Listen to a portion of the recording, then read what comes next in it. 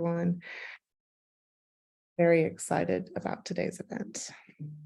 All right. Martha, we're live on Facebook and I'll hand over to you. Thank you so much, Jennifer, and welcome everybody. I'm Martha Mcderver Pugh. I'm a California voter, a lifelong California voter living in the Netherlands, and I'm one of Democrats Abroad's DNC members. So thanks everybody for joining today. I'm really delighted that we're having this event today with so many of our candidates in critical races in California. So it's terrific that you're all here. These 22 midterms are going to be decisive in fulfilling President Biden's agenda. And there is so much at stake for our democracy, and turnout is going to be so important in the outcome in November. And we are 6 million Americans living abroad of voting age, 6 million. Our votes can really be decisive in winning close races. And that's why we've invited candidates today who are in some of those very close races that will determine the outcome of the election. And we need an election where we have decisive victories and margins of victory that cannot be challenged in court. And it's really up to us in California to make sure that we contribute to that in every way we can. We're one of the biggest groups of voters and Democrats abroad.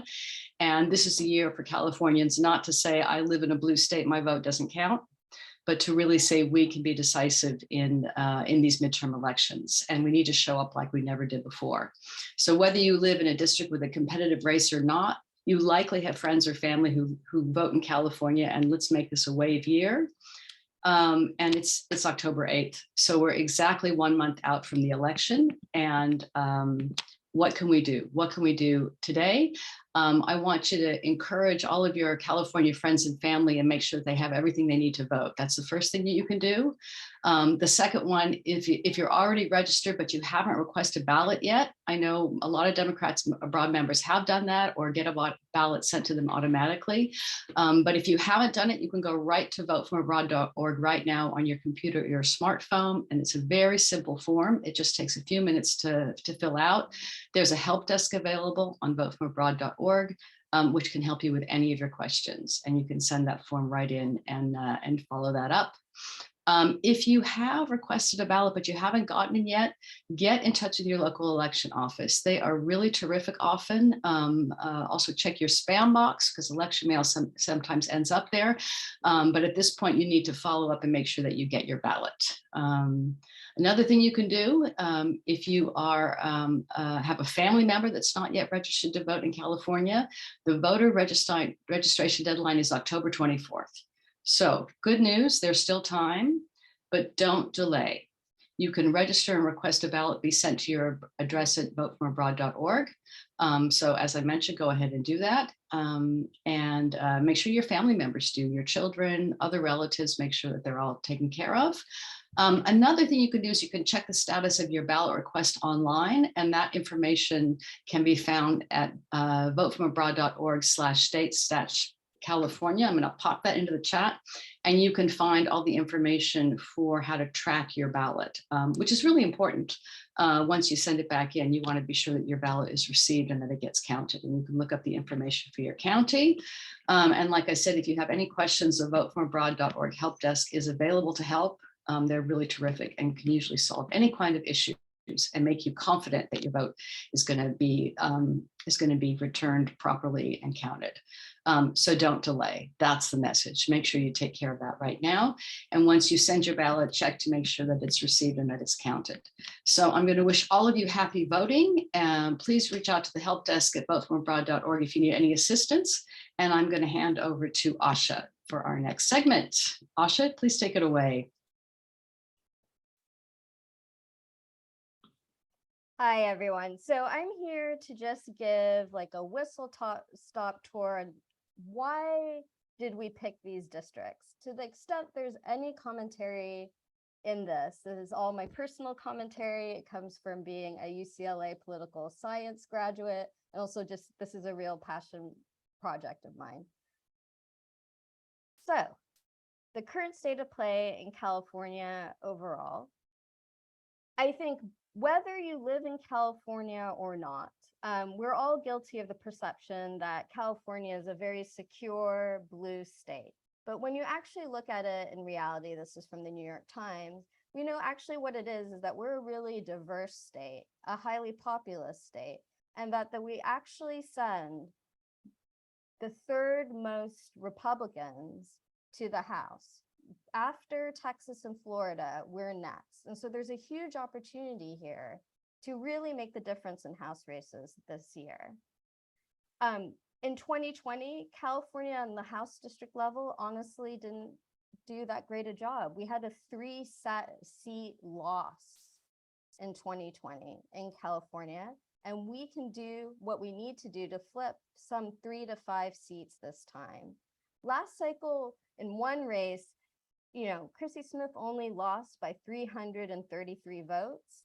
That's an extremely small margin. Those are the types of margins that we easily have abroad. And so we can really make a difference in these district races. So key districts and kind of on the ground dynamics.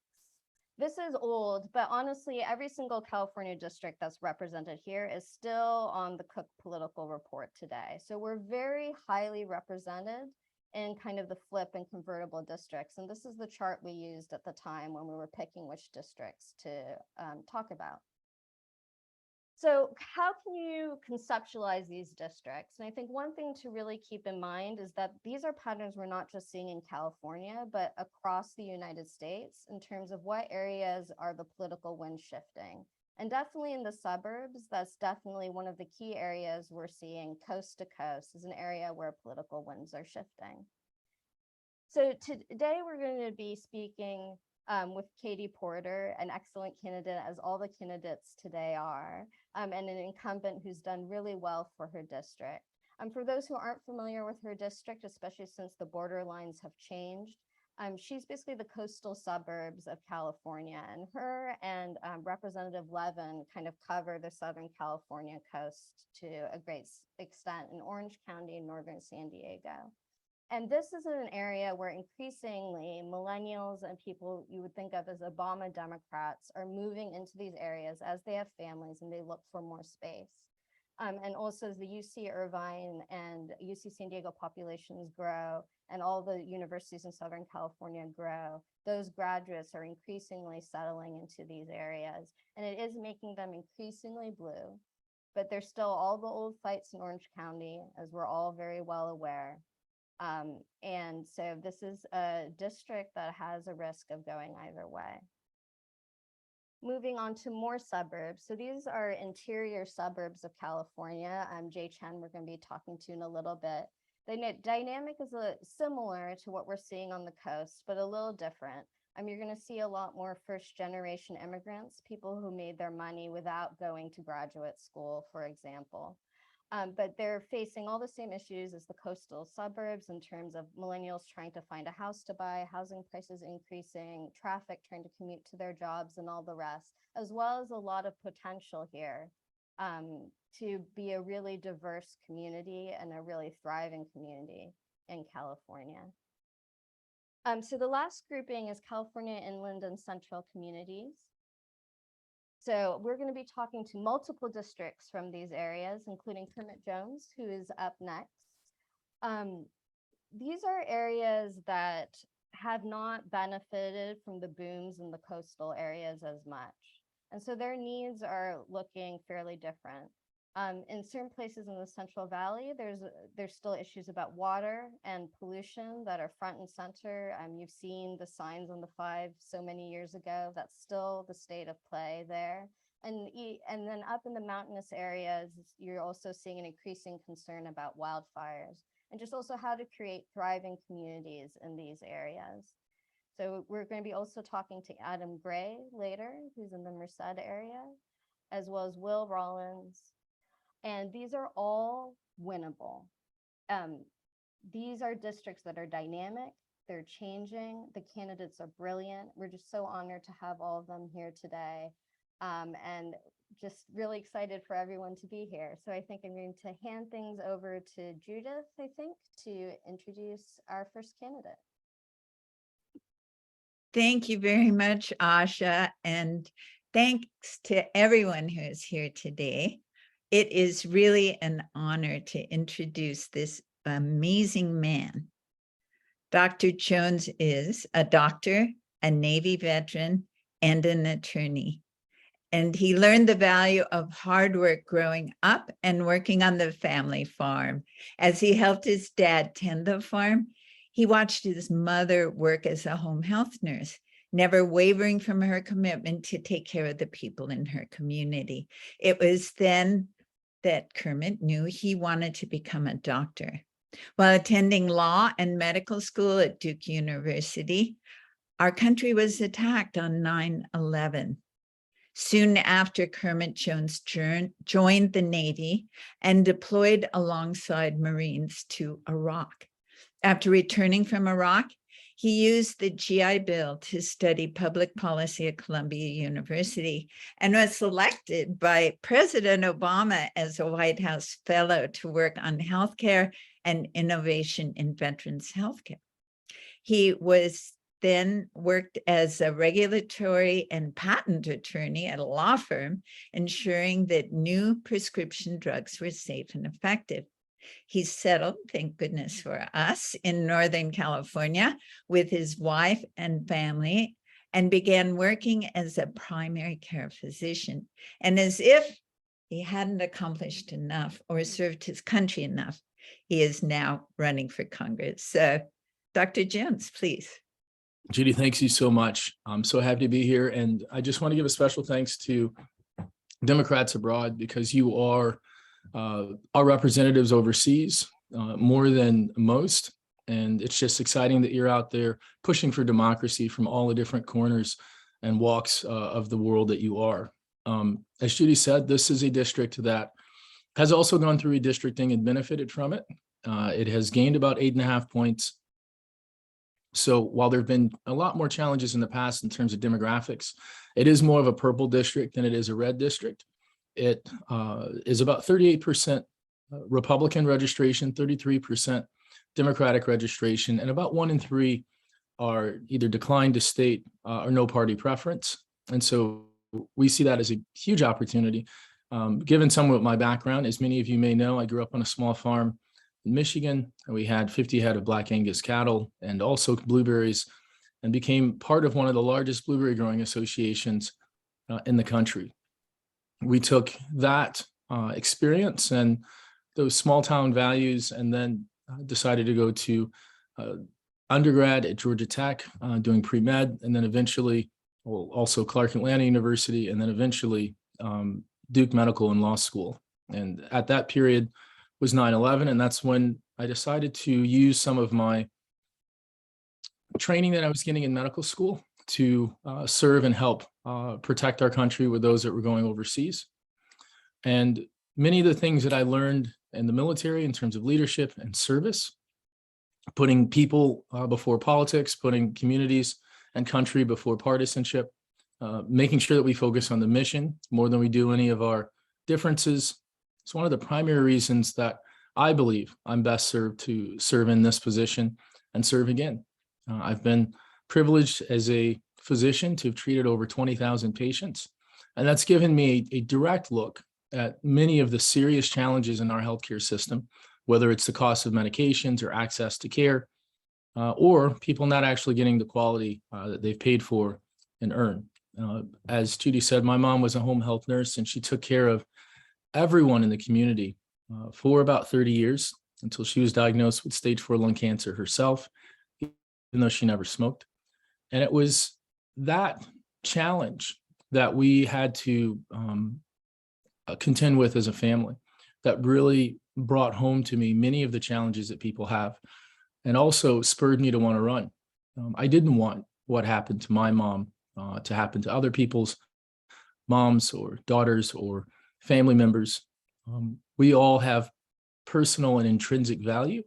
And I think that's what's at stake with this next election. We have one side who will lie, make up facts, be dishonest, do whatever it takes to try to stay in power. We have another side that I feel is trying to not just hold the line, but expand the line in terms of what needs to be done and what we can accomplish as a democracy. We have a lot of serious things on the ballot this term. Women's access to reproductive health and making sure there's not a ban, a national ban on abortion is on the ballot. our democracies on the ballot. I read an article that said there are more GOP Trump-backed election deniers than not running this term.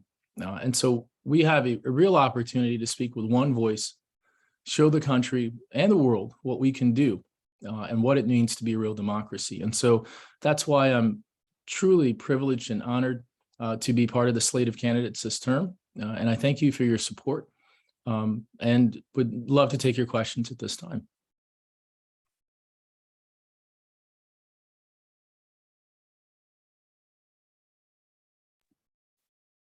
Judith, Thank you very much, Dr. Jones. So thank you so much.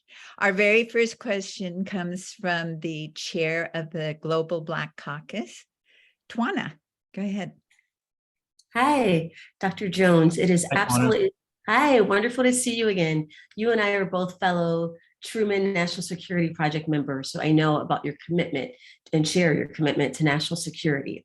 As a reproductive health advocate, I know there's a lot of intersection between national security and sexual and reproductive health.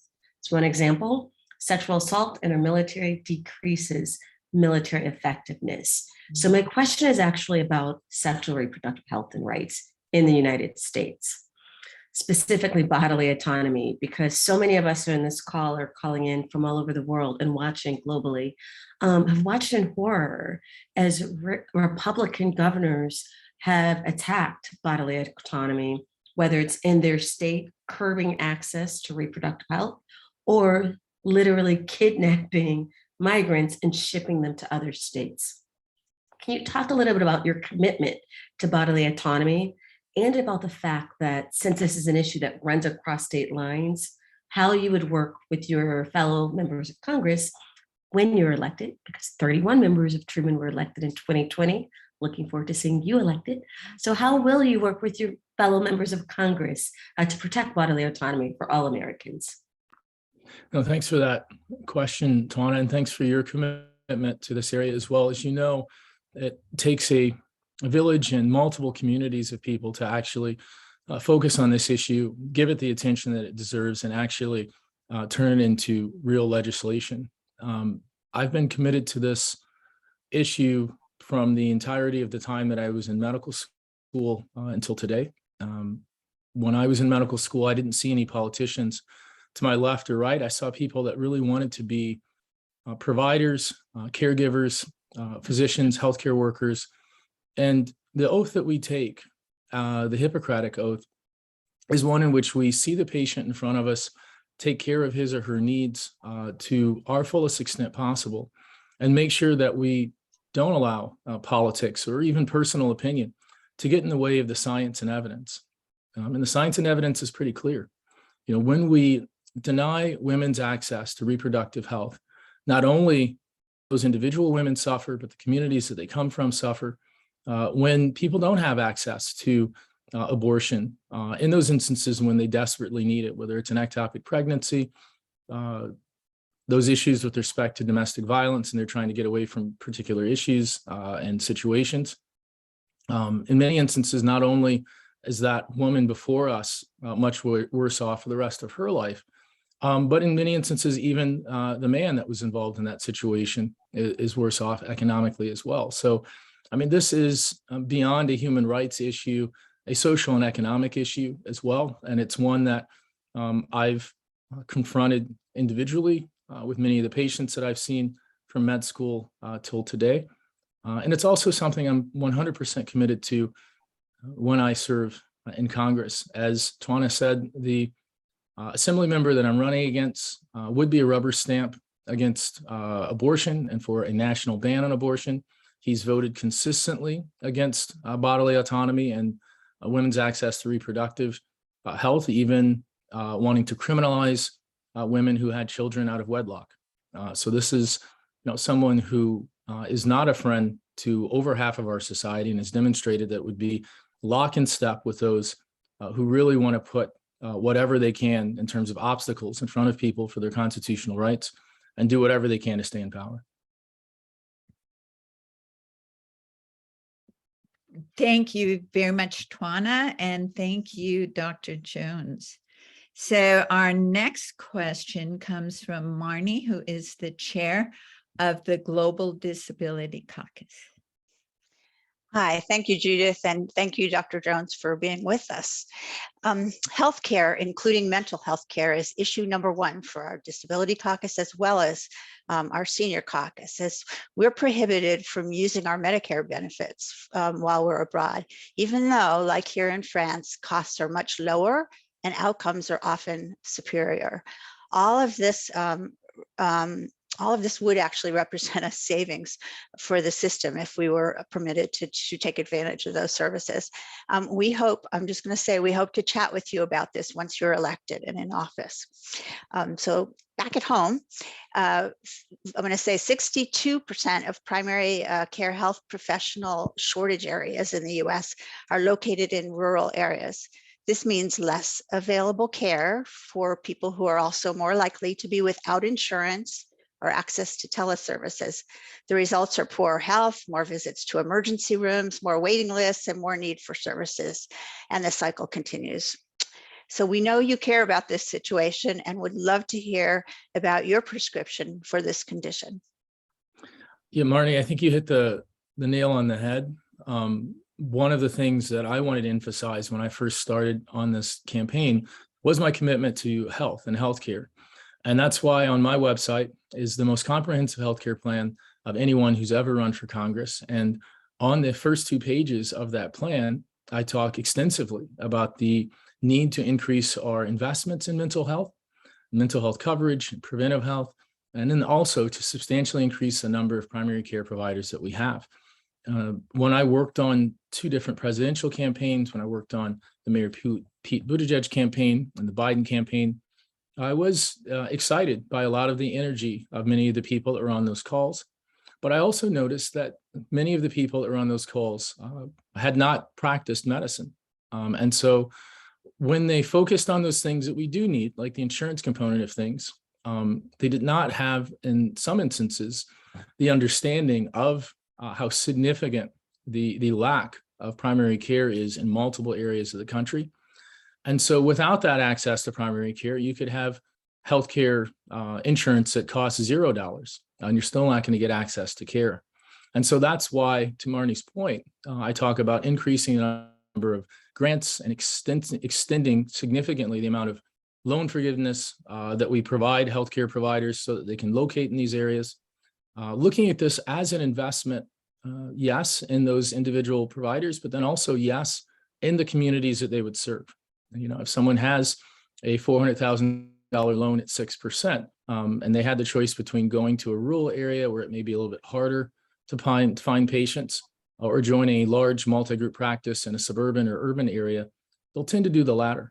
And so we really have to make those conditions so that it's easier for them to make the decision to go back to those places or go to those places where the need will be the greatest, whether it's in the rural areas or Native American reservations, or even, you know, urban areas where there's deserts of healthcare providers. In terms of use of your Medicare benefits overseas, I would fully support that. I think this is an example of CMS in Baltimore and DC kind of being DC focused as opposed to being patient focused. And I think if we do allow, I mean, you have the same healthcare issues, whether you're in France or anywhere else in the world as you would here. And you've earned those Medicare benefits. You've been paying into them for payroll taxes. So to deny you or anyone else the opportunity to use them, especially in a more efficient system, does not seem to make a lot of practical sense to me. So allowing people to do that, use those benefits, and then also making it so that you can take care of yourself overseas would also be issues that I would focus on. Thank you very much for that really insightful question.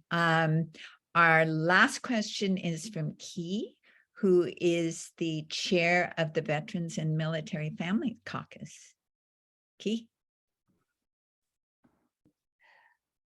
Good morning, Dr. Jones. I'm trying to make this short and cut my question, and it's making it longer. Just go ahead and let it out. There are many, many veterans trying to complete their education overseas.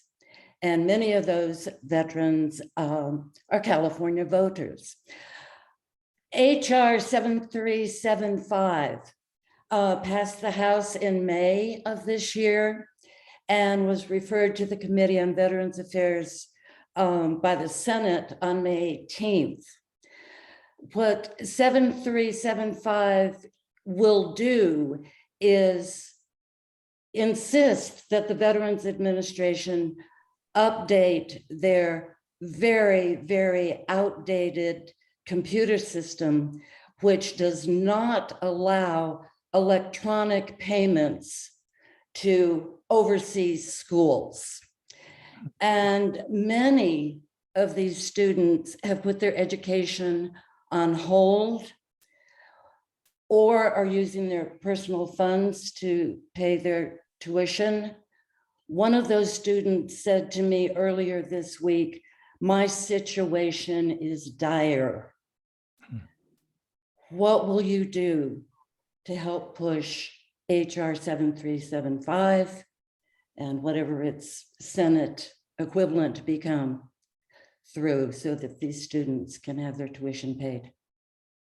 Keith, thank you for that question. As you can see over my right shoulder, I have the Eagle, Globe, and Anchor behind me and the American flag, as well as books on legal issues and things of those natures. And I always have that in the frame with me to remind people the commitment that I was proud to have serving as a doctor with a Marine Helicopter Squadron overseas. My commitment to these veterans has continued since the 14 years since I went over to Iraq, and it would continue when I'm in Congress. I fully agree with you. If we can, as a government, put a satellite 1,000,000 miles into orbit outside of the Earth, then we can update. I'd say it should be a pretty low difficulty task, but we can update our electronic health records to not just achieve what you're talking about. And sorry, I said health records, but I mean payment system, so that we can pay for these classes overseas. I do know even when I was deployed, we had young Marines and other service members that were taking algebra and other classes so that they could better themselves.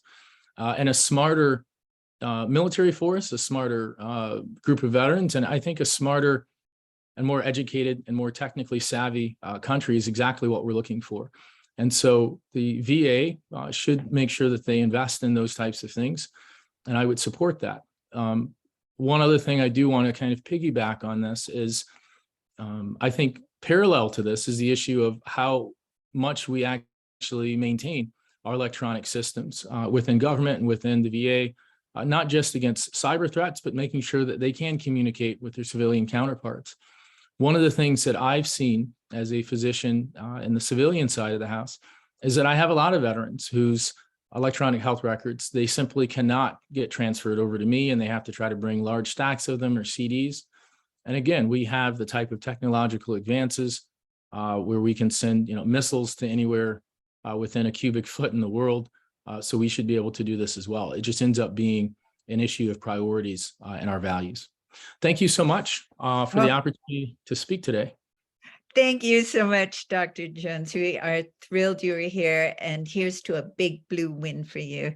Definitely. Thanks. Thank you all. Have a good one. All right. And now to Inga, who's going to introduce our next speaker. Thank you very much, Judith. I'm here to introduce Chen, but he should have been introduced by Ada Chen, but she is in Paris right now, registering voters in front of Shakespeare and Company in Paris. And I think that's a very worthy excuse. Ada lives in Paris and votes in Orange County, California, so she's quite close. She is said that she's honored to introduce the next representative for the 45th District, Chen, who is a longtime community organizer who has proven his commitment to people and communities of Orange County.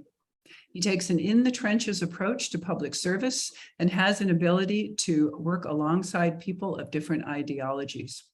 He's Taiwanese American and a lieutenant commander in the U.S. Naval Reserve.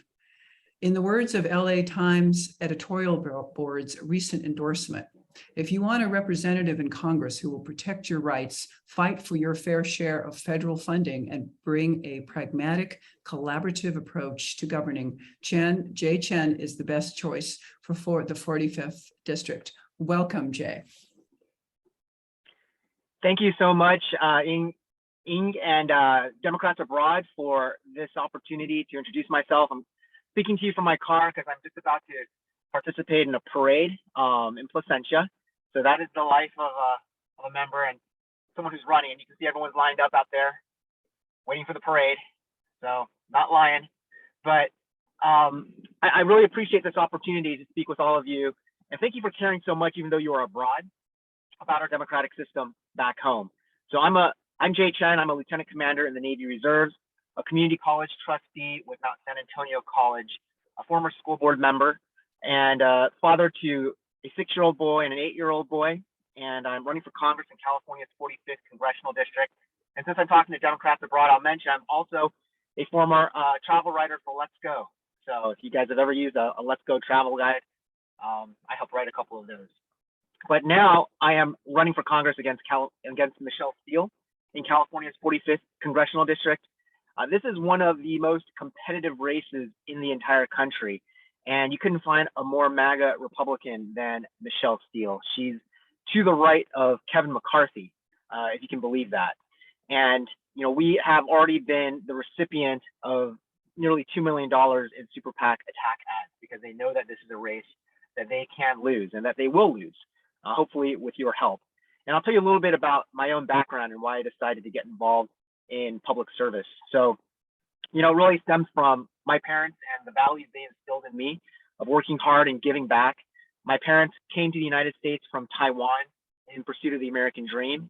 And my father got his PhD at the University of Pennsylvania. My brother was born in Philadelphia, and I was born in Michigan. And then we traveled quite a bit, moved to Ohio, to Indiana, Oregon, New York.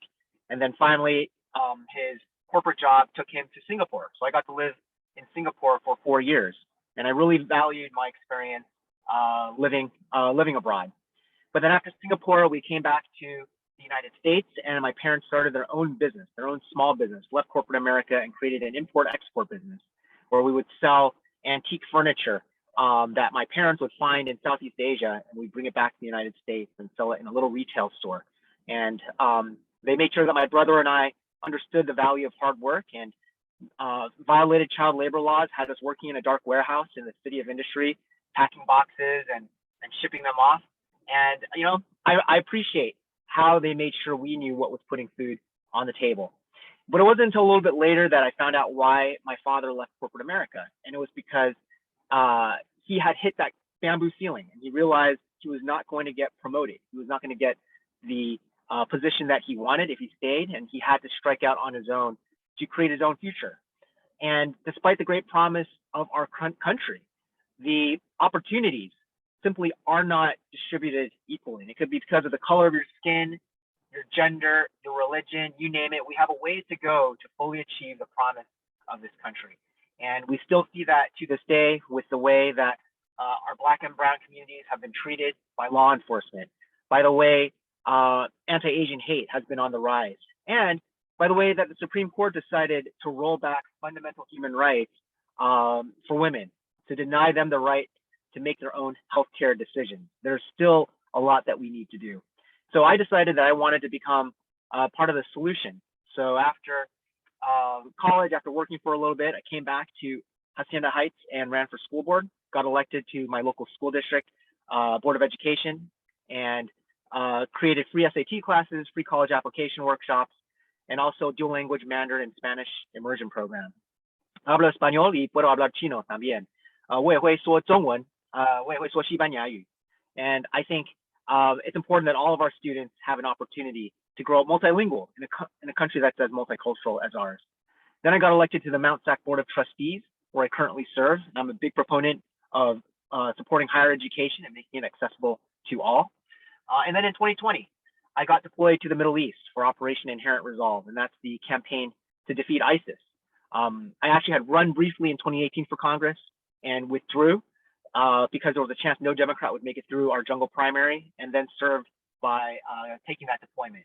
And it was there that I really saw the impact that poor leadership could have. I watched as within a week of my arrival in theater, Trump decided he was going to pull our troops out of Syria and abandon the Kurds, who are some of our strongest, toughest allies in the Middle East. And he was willing to throw them under the bus. And I watched as the Kurds then turned to Russia for support. And then after we left Syria, the Russians moved in and took over our airstrips that all of your tax dollars had paid for. That was Trump's style of leadership. And of course, he was denigrating all of our allies in NATO to the point that upon my return home, we weren't even allowed to stop over at Sembach, Germany for our typical warrior transition program. It was just the atmosphere had been poisoned. It was during my deployment also that the pandemic happened. And I watched with horror as the pandemic spread in a fashion that was even worse than what I was tracking in the Middle East.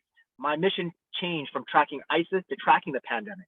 And nowhere was it mishandled worse than in our own country because of Trump. And then upon my return home, we saw that attack on our capital on January 6th. And so many people came to this country, particularly to this district, to escape that kind of political chaos. And to see it happen within our own borders, at our own capital, was really depressing. And there were all these members of Congress who took that oath to defend the Constitution, who went into hiding when that insurrection happened. And when they came back out of hiding, they still couldn't do the right thing and certify the election. And unfortunately, Michelle Steele was one of them.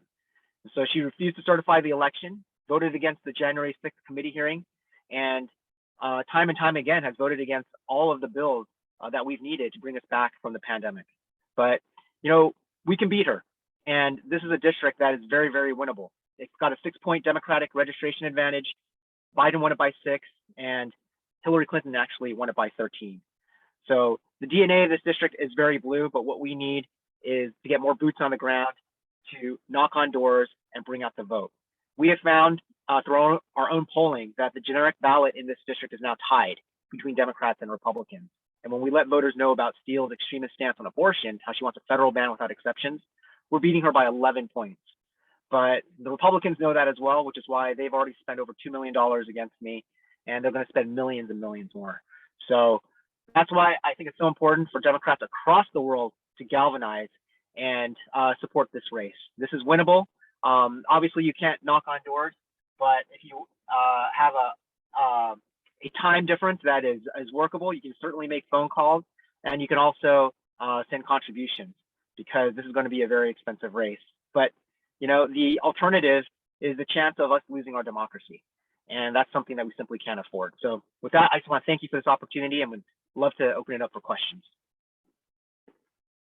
Okay, thank you very much. It's great to hear your inspiring story, and also thank you so much for your service and you know, your devotion to the voters in this area.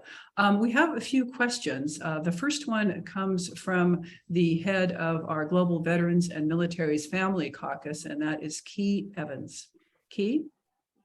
Good morning.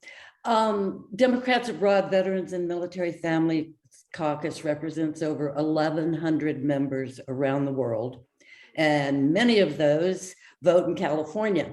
As someone who studied, lived, and traveled abroad, how will you support the many veterans studying abroad who cannot have their tuition paid because of the Veterans Administration's outdated computer system?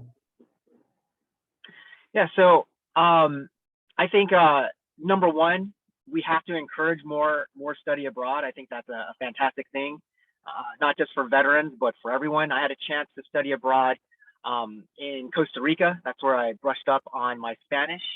And that was such an invaluable experience to me. So first of all, we need to make sure that we are not becoming even more inward than the way the Trump administration has wanted us to become, but we're looking outwards, and we are recognizing that the more we interact with the rest of the world, the better off the rest of the world and our own country is.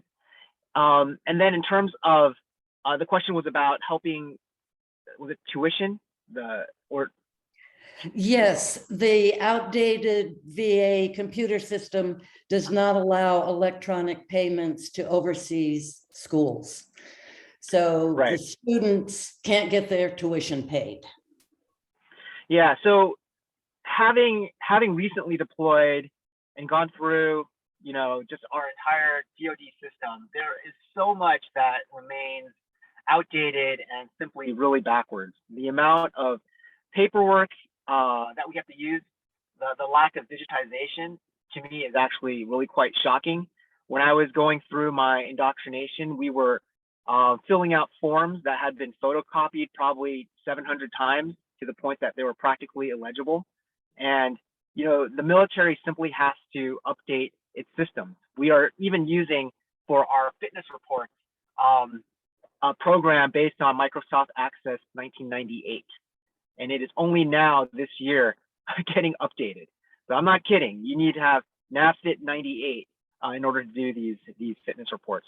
So we're really far behind on so much. And I think for the amount of money that we spend on a single cruise missile or on other elements of the military industrial complex, unfortunately, which power our military, there's a lot that is still lacking in terms of getting technologically up to date. And I think the other thing that we have to deal with is the fact that we do have a lot of contractors that work for the military that have been tasked with digitizing and bringing us up to date that don't do their job, that can often make things worse. And oftentimes there's really no recourse. There's no accountability. The government just decides to throw more money at the system. So I think we need more accountability. And that's what the federal government, that's what members of Congress can do, to hold these hearings to ask why it is that we're spending, millions and millions, hundreds of millions of dollars supposedly to update our systems, and they're still not getting done. And why are we still hiring the same contractors that have failed us before to continue with these futile efforts? And I'm happy to speak to that, having served and having experienced these outdated systems myself. Thank you very much for that. It's great to hear your real practical approach to some real problems here. Our next questioner is Wenwen Lindroth, who's a member of the AAPI Caucus and also chair of Democrats Abroad UK. Hi, Jay. It's great to meet you, fellow Taiwanese American. I was in 45 until I got redistricted into 47. The question I have is about disinformation. We understand that the Republicans are sending around ads kind of linking particularly, Vietnamese older voters to this issue of communism and, characterizing Democrats as being extremely on the left. So given that it plays into some deep-seated fears of some pockets of the Asian American community, what are you doing and what can we do about misinformation and disinformation? Yeah. So you're being very diplomatic in what you're saying. Let me lay it out there. Michelle Steele is so desperate to win this race and has so little to run on that she has resorted to calling me a communist spy. That is how insane this race has gotten. So, I'm Taiwanese American. When those missiles were launched over Taiwan, my parents, my grandfather, they were in Taiwan when that happened. I've got much more to lose than most people if the Chinese Communist Party decides to take action against Taiwan. And I also hold a top secret security clearance. Those files that were scattered on the floor of the Mar-a-Lago, I actually am cleared to read those, unlike Michelle Steele. The fact that she's doing this just points to how desperate she is. And we are countering it.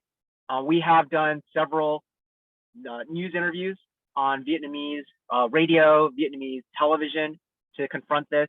We held a press conference with the chairman of Veteran Affairs, Mark Takano, as well as Ruben Gallego, who is a Marine Corps combat veteran, also a congressman from Arizona. So they came out a few days ago to do a press conference, and we got some really great coverage out of that. And we're also letting folks know why Michelle Steele is so fixated on communism. It's because of her own documented connection to that issue. She's trying to overcompensate. So things that you should know are, number one, she created an uproar back in 2016 when she presented a proclamation to the Consul General of Vietnam. And there were protests in Little Saigon over his visit, protests against her for doing that. And so she's trying to do a 180 and pretend that she's tough on communism. But we have full page advertisements now in the Vietnamese paper with her proclamation stating, don't listen to what Michelle Steele says, look at what Michelle Steele does. The other issue that she's trying to sweep under the rug is the fact that her husband, Sean Steele, was actually reprimanded by the Republican Party for bringing Chinese Communist Party officials to Republican strategy meetings. This was also documented by the Wall Street Journal, which is no friend to progressives. They broke this story. So we also are messaging on that. That's going out in our Facebook ad. So we want people to know, why is she making all this noise about communism? It's because she's trying to distract from her own record. There's a group out there called Viet Fact Check that is also debunking a lot of these rumors. But one thing that all of you can do is, misinformation is huge right now. It's unfortunate. It's only getting worse. And there's so many channels where it's being distributed. It's completely balkanized. So you've got WeChat, you've got Line, you got Kakao Talk. All we talk about really is what's happened on YouTube and Facebook, maybe a little bit of Twitter. But there's so many other channels where this is happening that really reach into ethnic communities, different in-language communities. And so if you have the ability to penetrate those groups and to push back, that's what it comes down to. So if you see this kind of misinformation on social media, just adding comments and quotes or pushing back can help, because there are trolls out there that are trying to do the opposite, to try to perpetuate these stories. And all we can do is push back. And we find that when we're pushing truth and there are a lot of people pushing the right narrative, they tend to back down. It really does help. It's when you leave these attacks unanswered, that's when they fester. So any chance you have to help us push back online would be of a tremendous help. Thank you. Thank you. That's such a good reminder of all the craziness that's going on in the media and how siloed we get. It's really a very dangerous thing and one of the most alarming things right now. We have a quick question coming from Juan Cerda of DA France, asking about an issue that's a concern for overseas Americans. Go ahead, Juan. Hello, Jay. Thank you so much for joining us. I have a question from the Americans Abroad Caucus. Are you willing to consider supporting the Medicare probability bill, which is a policy priority for Democrats abroad? There are so many of us living abroad who would qualify, and our numbers are growing. Thank you, Juan, for that question. I have to admit, I'm not super familiar with that bill. If you want to elaborate a little bit. So regarding, it would be more regarding, we would probably, this is part of the question that would come from the Democrats Abroad Caucus. We would actually, if you would be willing to just become a member of the Congressional Caucus, if you get when you get elected to become a congressman, we would love for you to join us, the caucus for the Congressional District in the Congressional Caucus. Oh, Democrats Abroad Caucus?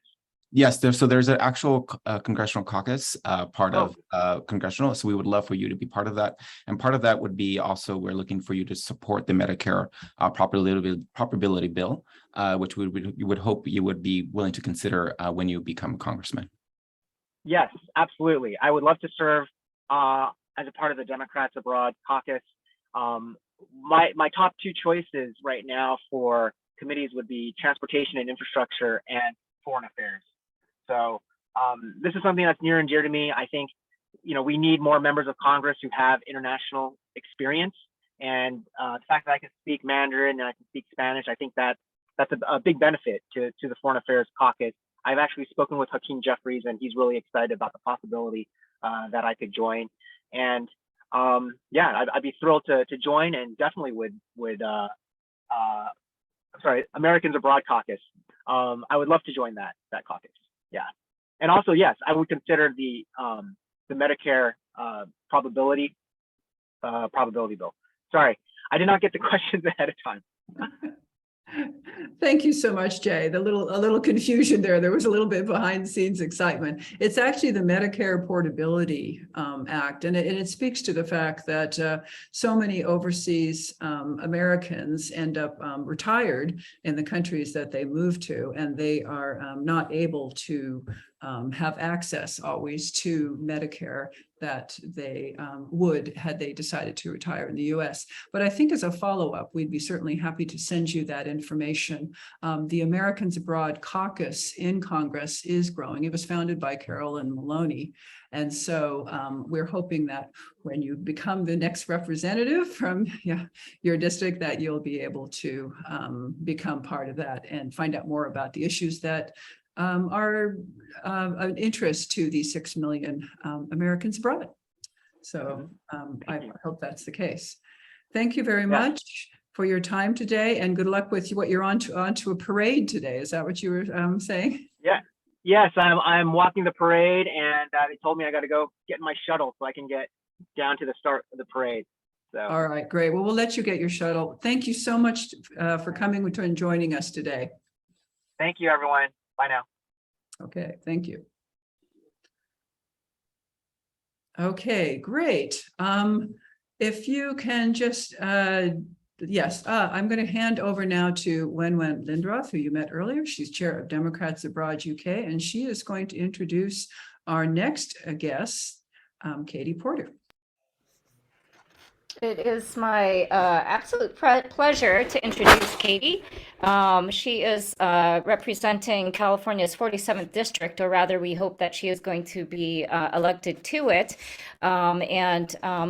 It's really exciting because I'm from that district. So a little bit on Katie, having blasted into prominence in 2018 as a freshman congresswoman in the 2018 Blue Wave. She needs little introduction. She's known for her take no prisoners attitude when questioning the most powerful titans of finance and industry and political appointees in Congress. Her mastery of numbers and ability to cut straight to the heart of issues reflects her background as a bankruptcy law professor at UC Irvine, and she was one of Elizabeth Warren's best students when studying with her mentor at Harvard Law. Katie has an impressive legislative record, having sponsored bills to protect the environment, support students in affordable education, ensure healthcare access, and promote fairness and transparency in government, and more. When she's not fighting the bad guys in Washington, Katie lives the life of an ordinary American in Irvine, where she's raising 3 kids as a single working mom. I can relate to Katie's light touch approach to raising kids and her belief that high-quality public childcare in America must become a reality. Katie's courage, poise, and unerring instinct for standing up for ordinary Americans make her one of our party's most invaluable assets, and it's my privilege to introduce her on behalf of Democrats Abroad. Is Katie in the room? Not yet. We're just waiting. She should be on any second. Okay. All right. Perhaps Philip Blake might want to say a few words from her office. I don't believe Philip is on. Oh, is Philip? Yes. Yep. Yeah, I'm sorry. I'm actually communicating with her right now, so she should be getting on in just a quick second. Bear with me one moment. I apologize. No worries. Martha, would you like to go through our voting information again while we have a minute? Here we are. Oh, never mind. There she is. Okay. Would you like me to introduce her again? Or go for the abbreviated version? I think we're good. Let's go on to Katie Porter. Okay, I have the brief version here, actually. So Katie Porter, I know this is backwards on the screen, but I just wanted to welcome you on behalf of Democrats Abroad. Over to you. Thank you. Hang on one second.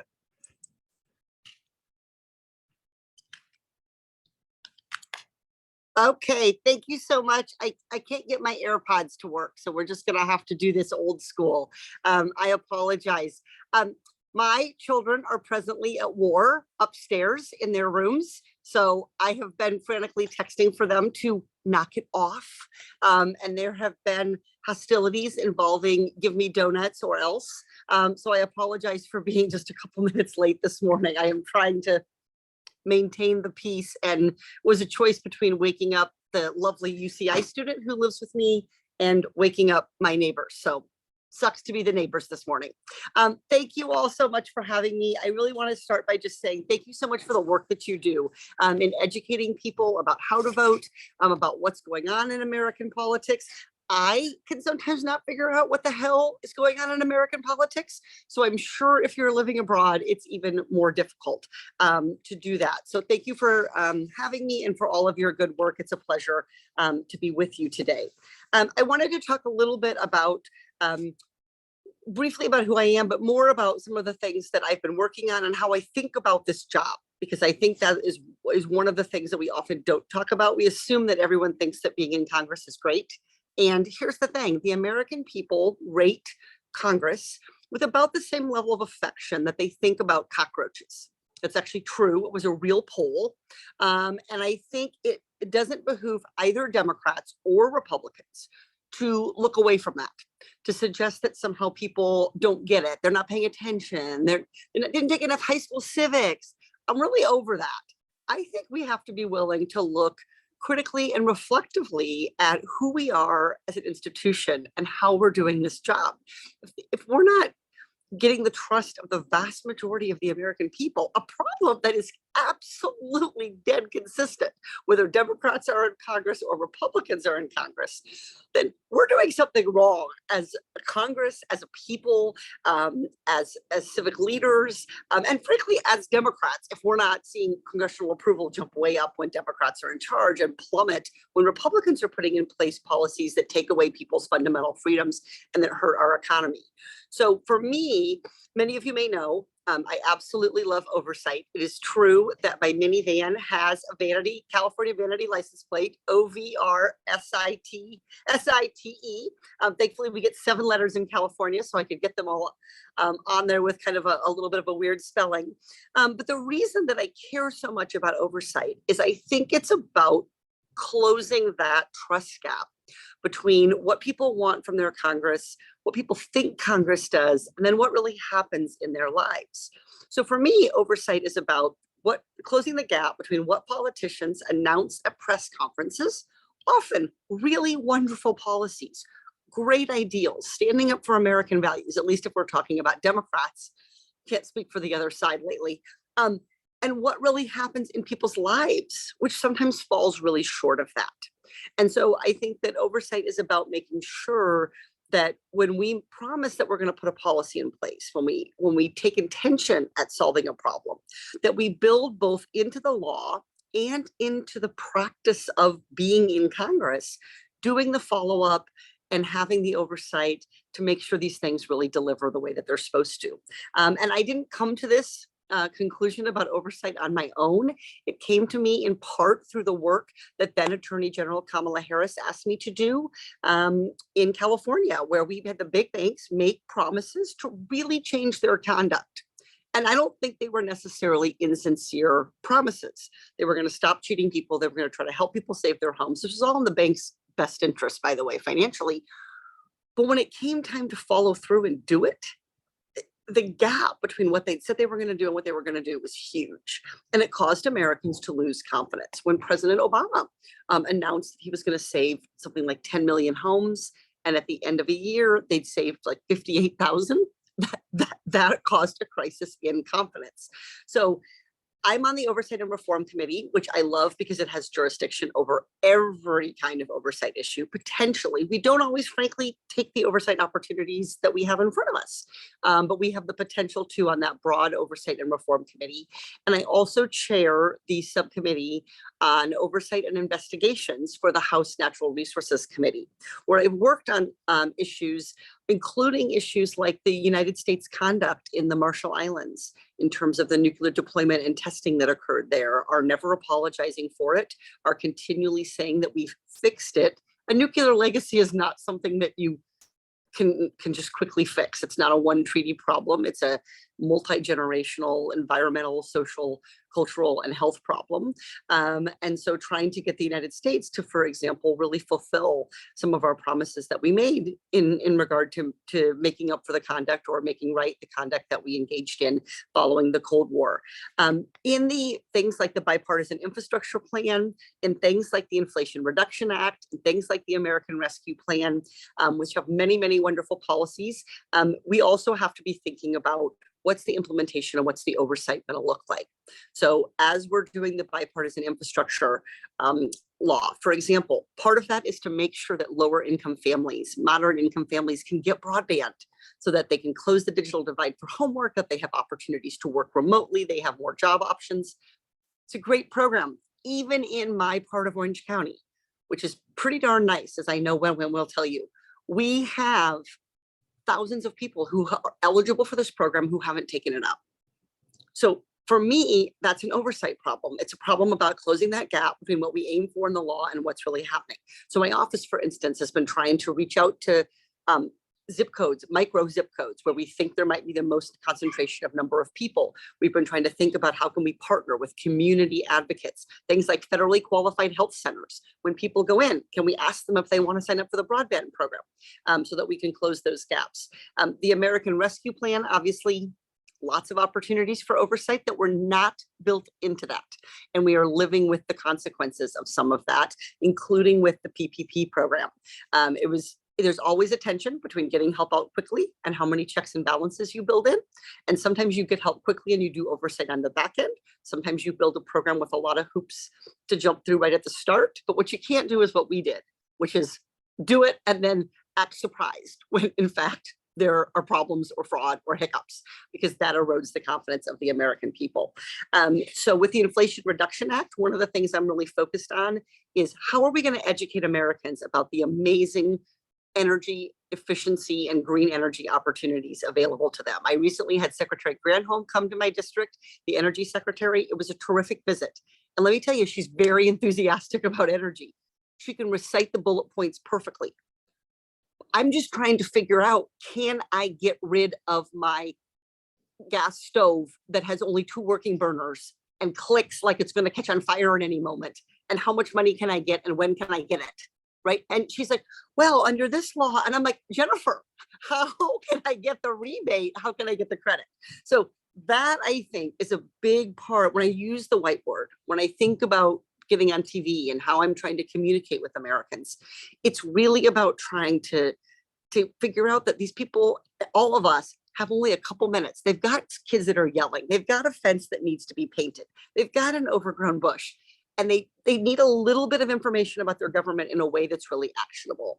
And as we draw them more into that process, and they become to see government as something that they trust, something that works for them, something that can be helpful, then it's easier to get them to engage on bigger policy issues, to use their voice, to join advocacy organizations, and ultimately to vote on a regular basis. So that is a little bit of how I think about why oversight is important and what my role as a congressperson is in doing it. Before I came to Congress, I was a law professor at a public university at UC Irvine. My job there was teaching and learning. My job today as a United States congressperson is exactly the same. It is teaching and learning. It is learning from my constituents, learning from expert witnesses, learning from my colleagues, learning from the Library of Congress, and then it is teaching back to my constituents, teaching people in Washington what the hell's really happening here in California, some of which is really great and once in a while isn't, but it's that back and forth, that educational piece with the people that I think is really at the core of democracy. And I think, by the way, in a district like mine, where there are equal numbers of Democrats and Republicans, where there's a lot of polarization, where I have to win people who think pretty differently about society and about the economy, that running on being thoughtful and respectful and trying to deliver more effective government policy and being willing to stand up to special interests to do that, I think has been very, very effective. So we have a tough race. I have had a bumpy couple weeks. There's about 3, I'm now, I think, the second highest incumbent being outspent by Republican super PACs. So I'm getting tired of my kids coming downstairs saying, hey, Mom, did you see the new ad? And it's like, no, I don't want to. But we are at go time. I'm going to be launching canvases all afternoon, trying to get folks out knocking doors. But this new district runs from Seal Beach down to Laguna Beach. So it's about 70% new voters. And that's one thing about redistricting that I know you talked about that earlier.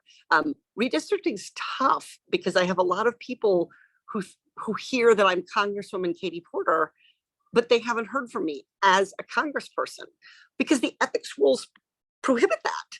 I can't reach out to them in my official capacity. I can't host a town hall in the new district. I can't do official work in that new district, but they hold the sort of incumbency, what have you been up to, against me in terms of community engagement. So that is a tricky thing about redistricting on top of all of the other much bigger, much more serious problems relating to balances of districts and gerrymandering and things like that. So with that, I'll stop and take some questions. Thank you again, everyone, for being here and for having me.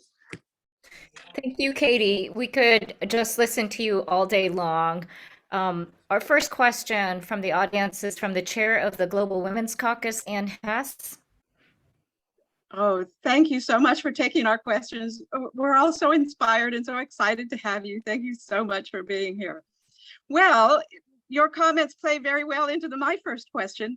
As both a mom and a congresswoman, you're in this unique position of being able to craft legislation and then observe firsthand how that legislation benefits American families like yours on issues such as healthcare and childcare, education, and more. So my question is, how has the American Rescue Plan and other legislation you've worked on played out for Orange County families so far? As a legislator, are you satisfied?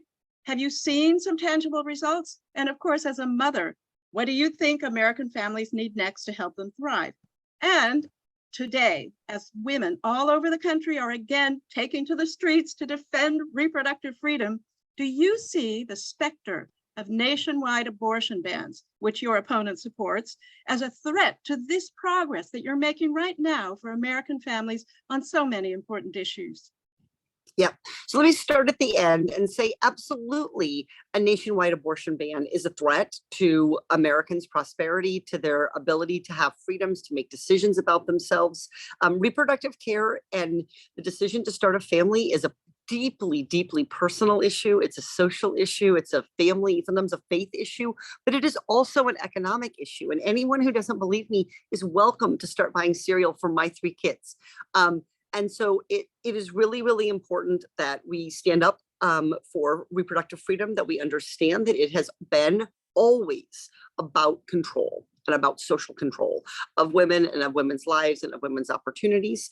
And that has been exacerbated, by the way, for women of color, for Black women and Indigenous women in particular, as a tool of control. And so I think it is really, really important that we help people understand that we are at a moment where we are losing rights, and that path is not just about reproductive freedom, it's about freedoms generally.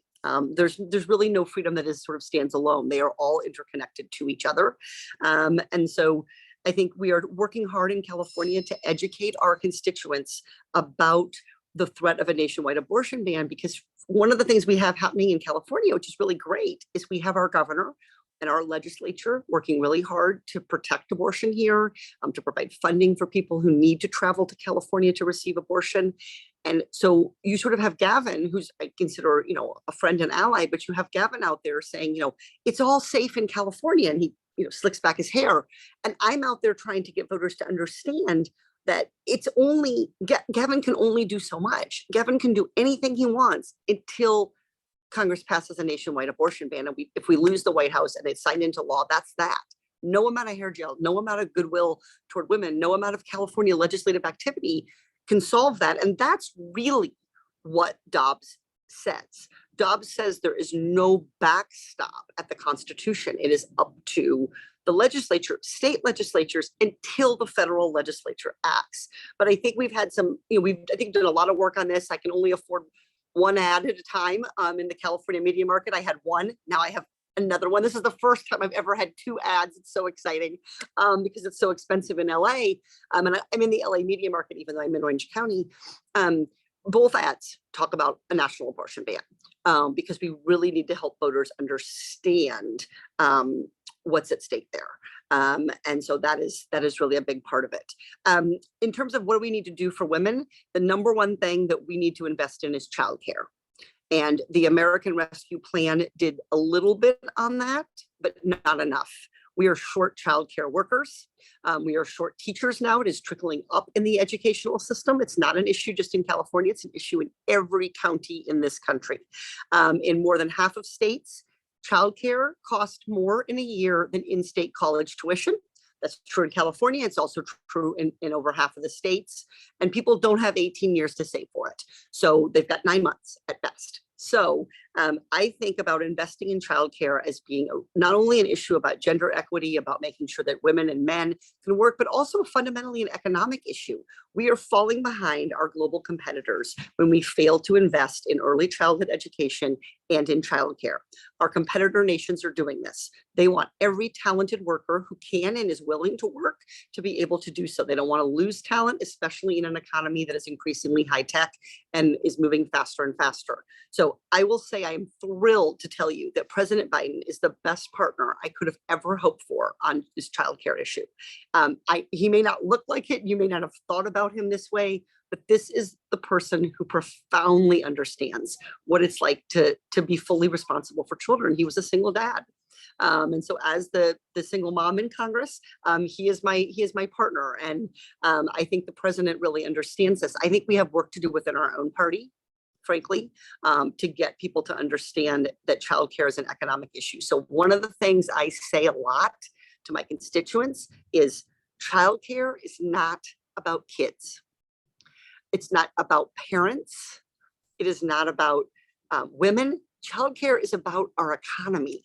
And I have never met the constituent, young, old, white, brown, black, voter, non-voter, young, never met the constituent who says, you know when I flourish? When the economy's bad. Okay, now I'm a bankruptcy attorney, so I actually do fine in those circumstances, but nobody else does. So it's really, really important that we locate this as an investment in our economy. It's an investment in our workforce. It's an investment in our global competition. And when you think about it that way, the dollars involved and the investment involved, I think shifts in people's minds. And I think we've made a lot of progress in understanding green energy as more of an investment in being globally competitive and less as something we do just to help whales. Not that whales aren't wonderful, because they are, but I think we have to have that same shift about childcare. So that's something that I think we have a lot of work to still do on. And I think the crisis was bad before the pandemic and is frankly only getting worse. Hi, so thank you so much for articulating that economic argument about childcare.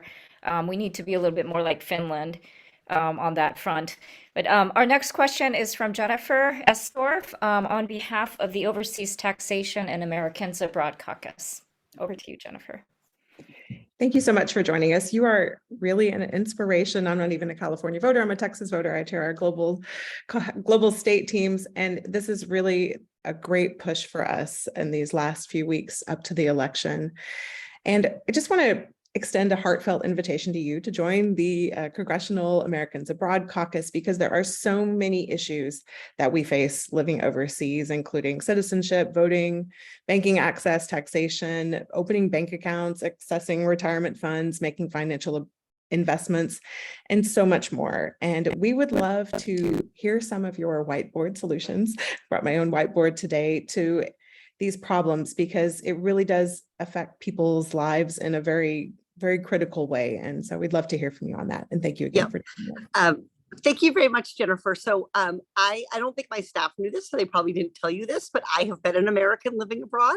I lived and worked in Hong Kong and taught at the Hong Kong International School for the year after I graduated from college. So I have had the experience of paying taxes abroad and then trying to figure out what the hell that meant for me as an American. And so look, there's a lot of work we need to do on the IRS in general, putting aside tax policy, which I also want to talk to you about here in a second. There's a lot of administrative problems at the IRS. Actually, the one and two, and this affects both of you, the 1 and 2 things that people reach out to my office for help with are the United States Citizenship Service, USCIS, and the IRS. But by far, I mean, not even close when you compare other agencies that actually touch even more Americans, like Medicare or Social Security. So the IRS has really bad customer service problems. I don't think I need to tell most of you that. And they have failed to invest, and this is on Congress, I think not on the IRS. We have failed to resource them to invest in technology, in customer service agents, and we have allowed a very expensive industry to flourish, selling tax services to the United States people. When in fact, in many, many other countries, as many of you know, there's nothing like this. The people who collect your taxes help you figure out what you owe. And it's a much more efficient system. And we have a lot of progress and potential there to do that. So I do have high hopes that we'll have a change in leadership at the IRS, and we'll see much more of a focus on making the IRS a functional agency, on investing in technology, on having customer service. And Congress has funded some of this work. It's been a big issue in my race that gets framed as, you know, armed IRS agents. These are IT and customer service positions. The number one complaint to my office again is I can't get anyone to tell me where the hell my refund is. I can't get anyone. It's not about being audited. It's about not being able to figure out what to do. And Americans living abroad have a lot of tax complications. It's easy to make a mistake. It's easy to have a problem. It's easy to not know what to do. It's expensive to find qualified help. With regard to sort of how we tax Americans abroad, I think we have to look at the fact that our economy is global, that Americans are increasingly living abroad back and forth, that they are interconnected, and that we don't necessarily need to view that as something that we need to punish. But instead is something that is part of the fabric of our global economy.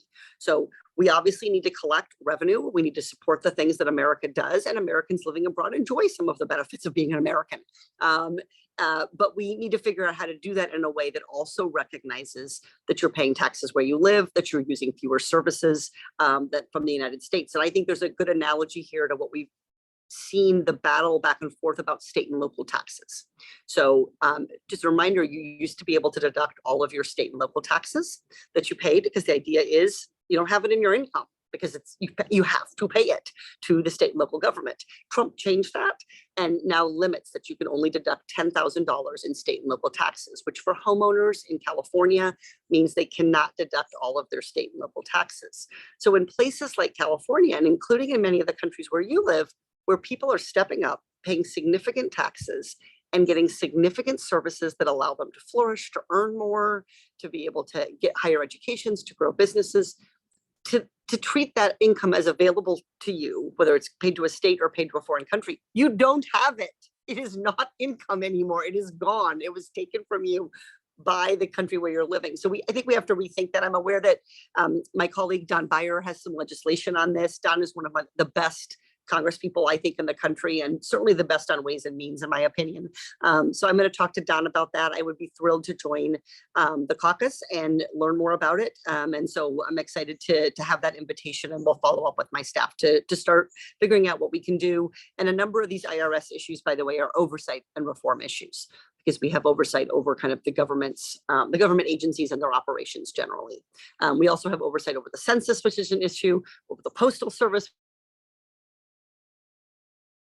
issues. So there's a number of, I think, issues for Americans living abroad that fit well into that oversight and reform jurisdiction on the committee I'm on.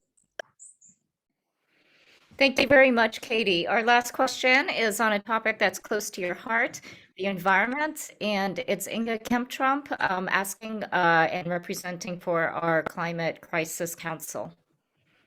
Over to you, Inga. Hi, thank you, Wen. And gosh, it's so exciting to have you here, Katie. I'm a big fan of you, with or without your whiteboard, don't mind. One thing that we are dealing with around the world and in the beautiful state of California as well is the climate crisis. And California has been a leader in some of the solutions and attempting to cope with that. So my question is, are there lessons that both positive and negative that California can offer the federal government as it moves forward with some of these more ambitious policies? But also, how is climate change playing out in your district and playing out in the state and at the congressional level as well? Yeah. Terrific question. Thank you for your leadership and for your advocacy. I think in California, climate it's obviously something that we've been at the forefront of. I think one of the things we've seen in California is that early investment decades ago and beginning to think about conservation and the sort of early formation of thinking about climate in the 70s and 80s and 90s has really paid off in terms of being a hub for green energy and conservation and coastal resilience and those jobs and those industries, which are a huge source of jobs. Today, you might not know this, is actually very exciting, National Hydrogen and Fuel Cell Day. And I went on Thursday and visited the National Fuel Cell Laboratory, which is right here on campus at UC Irvine. And so I think one of the things that's really changed is instead of thinking about conservation or about climate change or about the fossil fuel transition as something that's going to be economically punishing, we are understanding it as something that's an economic opportunity. And one of the things I say to my constituents a lot is, our competitor nations, including China, are not investing more in green energy because they love panda bears more than we love bald eagles. That's not what this is about. This is about having the strong, stable, globally competitive economy. The nation that has manufacturing jobs in the future, the nation that has the fewest supply chain hiccups, the nation that has the best food and water security, and therefore the best national security going forward, will be the nations that figure out how to reduce their carbon footprint and how to live and grow their economy in the most renewable way. And so it's an economic issue for us as well as a social issue. I think for Californians, there's a really broad shared sense that the climate crisis isn't coming. It is already here in very, very meaningful ways. And I think that is a little different than in some parts of the country. I think our leadership understands that. I think Californians understand that. Wildfires are a huge problem here. Done a lot of work on trying to grow the federal wildland firefighting force. But this is the first, knock on wood, this is the first fall in 3 years we haven't had a big fire right here in Orange County. The issue of coastal resilience and coastal restoration, huge. Our Amtrak train that runs from Los Angeles to San Diego is no longer running because a portion of the track near San Clemente in Southern Orange County essentially is going to fall into the ocean and is unstable. So we have no transportation corridor right now for people to take public transportation to get between Orange County and San Diego County. And Orange County is the 6th most populous county in the United States. So that is a major transit and disruption. And guess what's right next to the train track? I-5. So we have to, I think we're at the point where we feel like the time to invest is not in the future. The time to invest is in the past, actually. And one of the things I say to a lot of particularly my fiscally conservative constituents, because I have a lot of people who identify that way. I'm socially liberal, I'm fiscally conservative. This is how they describe themselves. Socially liberal, fiscally conservative. As I say, as a fiscal conservative, I want you to understand, I hope you can agree with me, that the sooner we invest in climate, the more options we have, the cheaper it is, the worse this problem gets. Like a lot of problems, the more expensive it gets to treat. So the sooner we take action on these things, the more we can get ahead of this, the cheaper it's going to get. Each year we don't deliver, the harder it gets. I think the other thing California can do to be a real leader on is on electric vehicles. Because we were an early adopter here, I think there are some important lessons, including around equity. Electric vehicles here are prevalent, but they are prevalent in our higher income neighborhoods only. And that is still not really changed. We are trying to make it to change. There's beginning to be a more robust market for used electric vehicles, but the charging stations, the charging technology is simply not in every part and pocket of the state. That includes rural California. That includes charging for people who live in apartment complexes, people who work at different kinds of, we work at a retail store. You're working at a CVS. Where are you going to charge?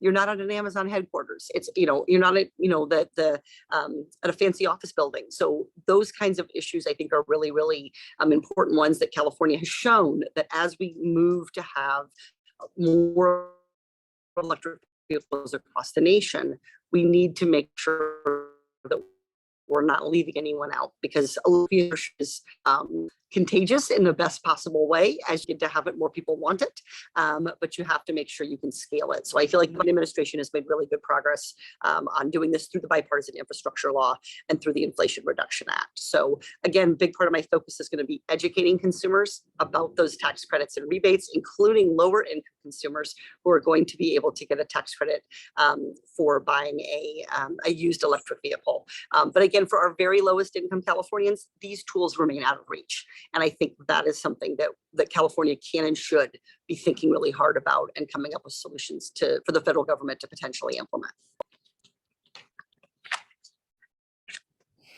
Thank you, Katie. And just to mention, Inga is also the most immediate past chair of DAUK, and she does talk about you quite a lot. So we're all fans. We are very grateful that you came and spoke to us today. Look forward to the next time that you do. Hope that you will come again with your whiteboard. Hope that your kids are doing okay upstairs. And thank you again. We're rooting for you. Thank you so much, Win-Win. And I think you are a Newport Beach, used to be a Newport Beach resident. Is that right? Irvine, 100%. Irvine. Actually, So, half a mile from UCI. Excellent. So right in my neighborhood. So I just want to say thank you again. Thank you for educating and mobilizing people. It really, really, really makes a huge difference. And the way that you think about connecting Americans living abroad for so many different reasons, whether they're in uniform, whether they're graduate students studying abroad, on fellowship, whether they're there for family or friends or their jobs. I really appreciate your broad outreach and all your advocacy. I think you guys know these are going to be very, very close elections, and you will be the margin of difference. You've done it before, and I'm counting on you to do it again. So thank you so much for letting me be in conversation with you this morning. Well, this morning, my time, folks. Thank you. Thank you, Katie. Back over to Inga or Jennifer. Inga. Right. I think we have our next guest ready to go, and that is Will Rollins from District 41, and he'll be introduced by Juan Cerda from Democrats Abroad France. Thank you so much. Welcome, Will. I will introduce our next speaker, Will Rollins, who is running for the 41st Congressional District. Will is a former federal prosecutor who specialized in counterterrorism and counterintelligence cases in Southern California. In October 2021, he left his job at the Department of Justice to run for California's 41st Congressional District against Representative Ken Calvert, a far-right Trump-endorsed Republican who voted to overturn the 2020 presidential election. Will was just endorsed by the LA Times. When he wins, he'll be the second openly gay man ever elected to the House from California. Welcome, Will. The floor is all yours. Well, thank you, Juan, and thank you to the Democrats Abroad for having me. I'm honored to be with you today, honored to be running with so many other great candidates this cycle, including Congresswoman Katie Porter, who's been a huge inspiration to me, and watching her career when I was at the Justice Department. She's been a great advocate for all of us in the House. So I hope to be joining her, and I will be joining her with your help in about 30 days. So I did get into this race after spending 5 years as a federal prosecutor because I believe that my opponent is a threat to our democracy. And as Juan mentioned, I specialized in national security, but my original interest in national security actually stems from high school. So when I was a junior, walked into my first class of the day on September 11th, 2001, and somebody turned on the TV and we watched as the North Tower of the World Trade Center collapsed. And so like a lot of 16 or 17-year-old kids at that time, I immediately thought about enlisting in the US military. But in my case, there was one big problem. I was a closeted gay kid. It was still against the law to serve openly in the US military. So was scared of being outed, hadn't told a soul, not my family, not my friends, knew I would need to find a different path into national security. So I went to Dartmouth, I took Arabic, thought about joining the CIA, really sucked at Arabic. That's a tough language. That was not going to be my path. So went to Columbia Law School, clerked for a couple of federal judges, got out and was lucky enough to be hired to join the U.S. Attorney's Office for the Central District of California, which covers about 20 million people, all of Riverside County including. So, and got to specialize in what I'd always wanted to do since I was a kid, which is counterterrorism and counterintelligence, and absolutely loved being a part of the team that helps protect this country from the threats we face overseas, whether it's Russia, China, Iran, ISIS, Al-Qaeda. But I was hired under the Obama administration. And what happened after that presidential election? Well, in 2016, huge rise in the threats from domestic extremism, whether it was neo-Nazis attacking Charlottesville or QAnon conspiracy theorists going after US Navy hospital ships because they thought COVID was part of a government conspiracy, to a rise in hate crimes against Asian Americans, African Americans, the LGBTQ community, to January 6th. And it was responding to that attack that convinced me to get into this race, because while those of us in federal law enforcement were working to track down people, about 24 in Southern California, who flew back to attack the US Capitol on January 6th, what was my opponent doing? Well, he was voting to decertify the last election. He was voting against a commission to even investigate the attack. And then he called for dropping charges, even after it became clear that 5 police officers had died as a result of that attack. And like so many of you on this call, I was asking myself, why? Why were members of the United States Congress willing to sacrifice everything, their legacy, their reputation, their place in history, all in service of one person? And why were they rejecting what I had been taught since I was a kid in a family of both Republicans and Democrats, which is America is about more than one person. We don't have kings and dictators in America. We have each other. And I can't answer that why question for every single House Republican who voted to overturn the last election. But I can tell you that for Ken Calvert, he put power over principle because power has been incredibly lucrative for this guy. Calvert's net worth has increased up to $20 million since he first took office in 1992. And he has done that by using our tax dollars and inside information to fund his private real estate investments. You can just Google this later. It is all over there. It's well documented. And he's been labeled one of the most corrupt members of Congress by nonpartisan ethics watchdogs. And so I always say, if you ever want to know how this guy's going to vote, you can just follow the money. Receives hundreds of thousands from the oil and gas industry, votes against cracking down on oil company price gouging. Receives hundreds of thousands of dollars from big pharma, votes against capping the cost of prescription drugs and insulin. Receives hundreds of thousands of dollars from the NRA, votes against basic background checks even after Uvalde. Receives hundreds of thousands of dollars from anti-abortion advocates, joins the lawsuit to overturn Roe, votes in 1995 for a national abortion ban with no exceptions to save the life of the mother, and then even votes to allow child predators to sue to prevent their victims from getting an abortion. And so think about this contrast for a second. I am running against a guy who believes we should use the law to dismiss charges against people who assaulted cops at the US Capitol, and that we should instead use the law to prosecute women who get an abortion and their doctors. And that is why this election is going to come down to choice in more ways than one. How will we as Americans choose to use our laws? I believe we should use it to fight against the kind of systemic corruption that is embodied by my opponent, Ken Calvert.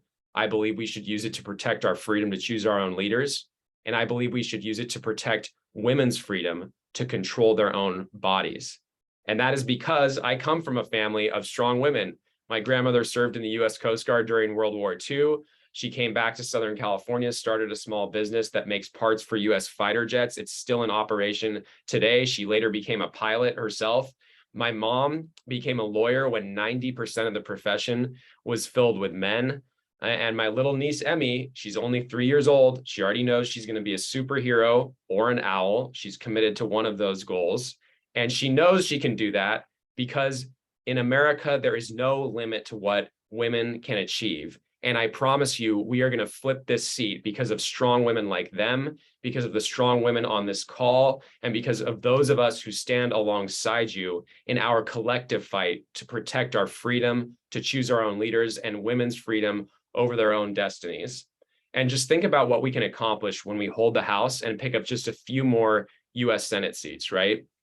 I'm talking about federal voting rights legislation to prevent the next attempted coup, stronger climate change legislation to protect places like the Coachella Valley and protect our planet from imploding, stronger gun safety legislation so that somebody who threatens to shoot up a school cannot walk into a gun store the next day and buy an AR-15, codification of Roe versus Wade, and codification of same-sex marriage at the federal level. So that is why I got into this race. I'll tell you really quickly why I'm going to win next month. So California's 41st, for those of you who don't know, brand new congressional district. This went from a Trump +7 to a place now where Democrats actually outnumber Republicans in registered voters for the first time in Ken Calvert's history in office.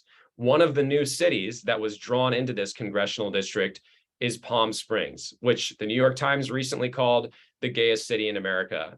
And when I've said that line before in front of Congressman Adam Schiff at some events, he's literally walked up to me and taken the microphone and said, "I represent West Hollywood. That's the gayest city in America."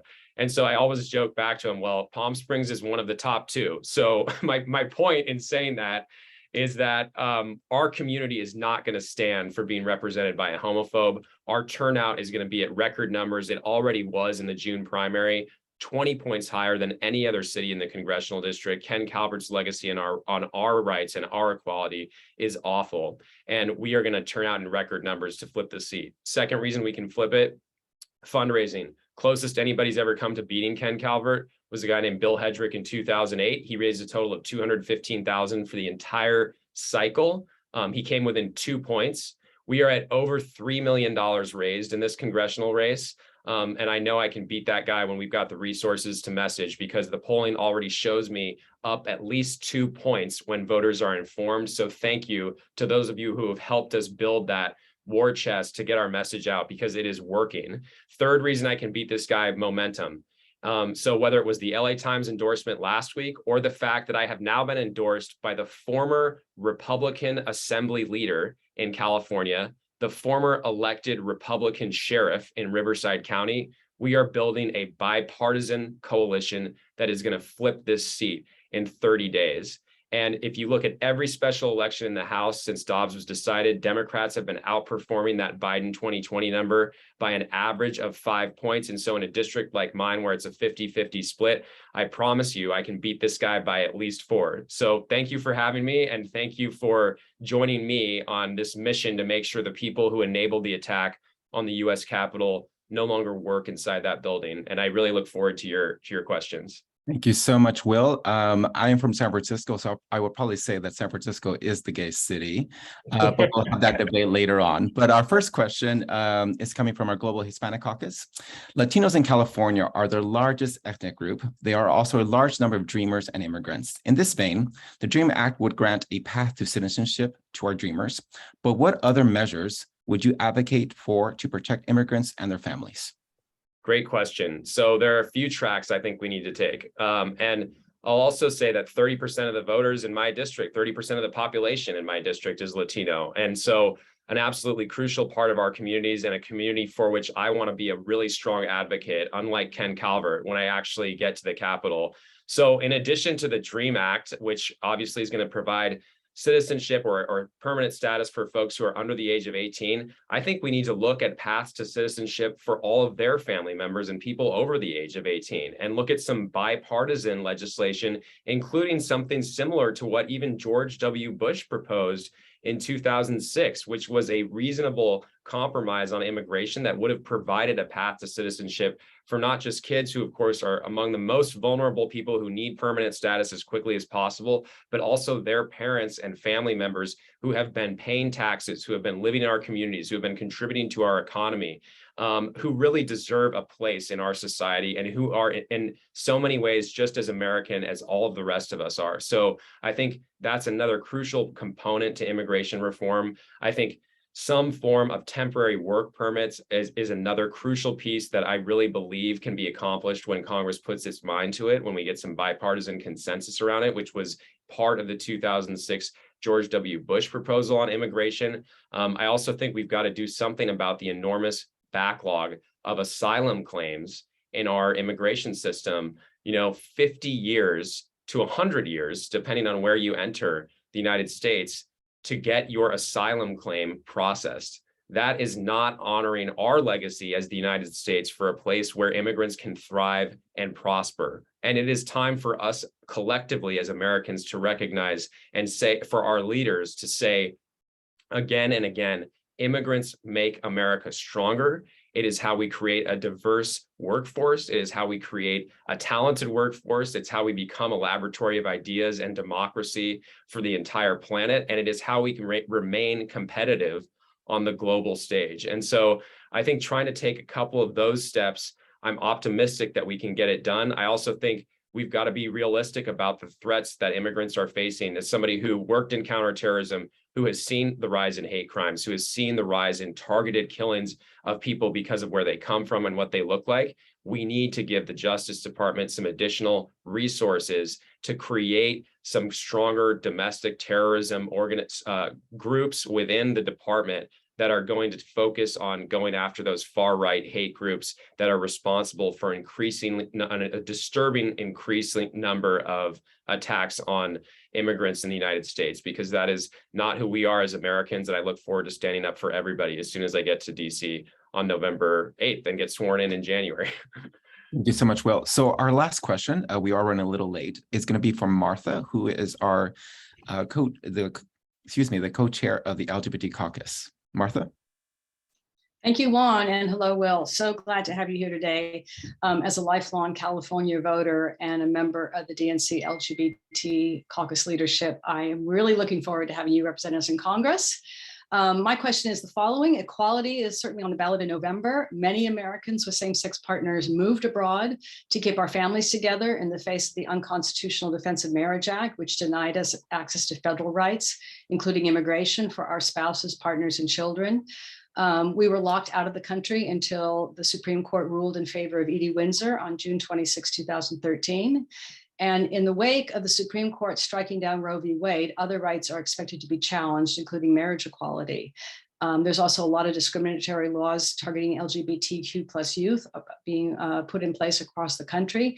What challenges do you see ahead for the LGBTQ plus community, and how would you address them?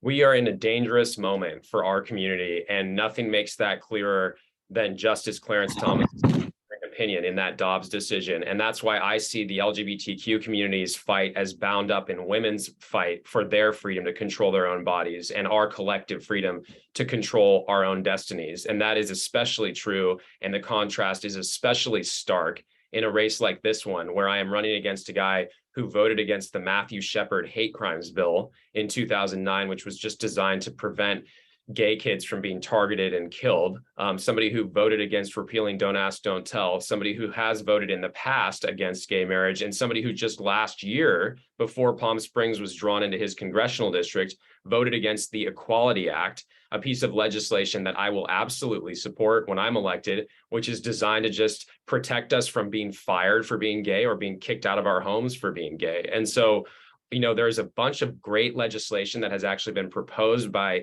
the Equality Caucus and which has been introduced by some awesome advocates for our community in the House, the Customer Non-Discrimination Act, which would amend the Civil Rights Act of 1984 to include bans on discrimination for sex, sexual orientation, gender identity, and public accommodations. The Do No Harm Act clarifies that the Religious Freedom Restoration Act is intended to protect religious freedom without inflicting harm on other people, something that courts have unfortunately recently interpreted to apply in a way that it was never originally intended. The Equality Act, of course, as I mentioned, making sure that transgender people can serve in the U.S. military. The Tyler Clementi Higher Education Anti-Harassment Act, a law that really would require some basic steps on the part of colleges and universities to just protect gay students who are, are still the victims of bullying and harassment and being targeted by, in some other states, not even before they get to college, Utah, where they passed a ban on transgender athletes, and the Republican governor vetoed it after saying that it would only apply to 4 students out of 70,000 in their high school entire K through 12 educational student body. And then it got overrode by the Republican legislature. And those kids need an advocate in Congress. We need more visibility in Congress. And I look forward to being both of those things for the LGBTQ kids in America and all of us when I get elected on November 8th. So thank you for the question. And I look forward to working for everybody. Thank you so much, Will. We really look forward to seeing you get elected into office. We'd love to have another gay man in the California representing us. And I know Palm Springs would love to have you be the representative. So thank you again so much for your time. Thank you, everybody. And have a great rest of your weekend. Thanks for having me. Thank you. All right, I will pass it on to our next speaker, or Inga.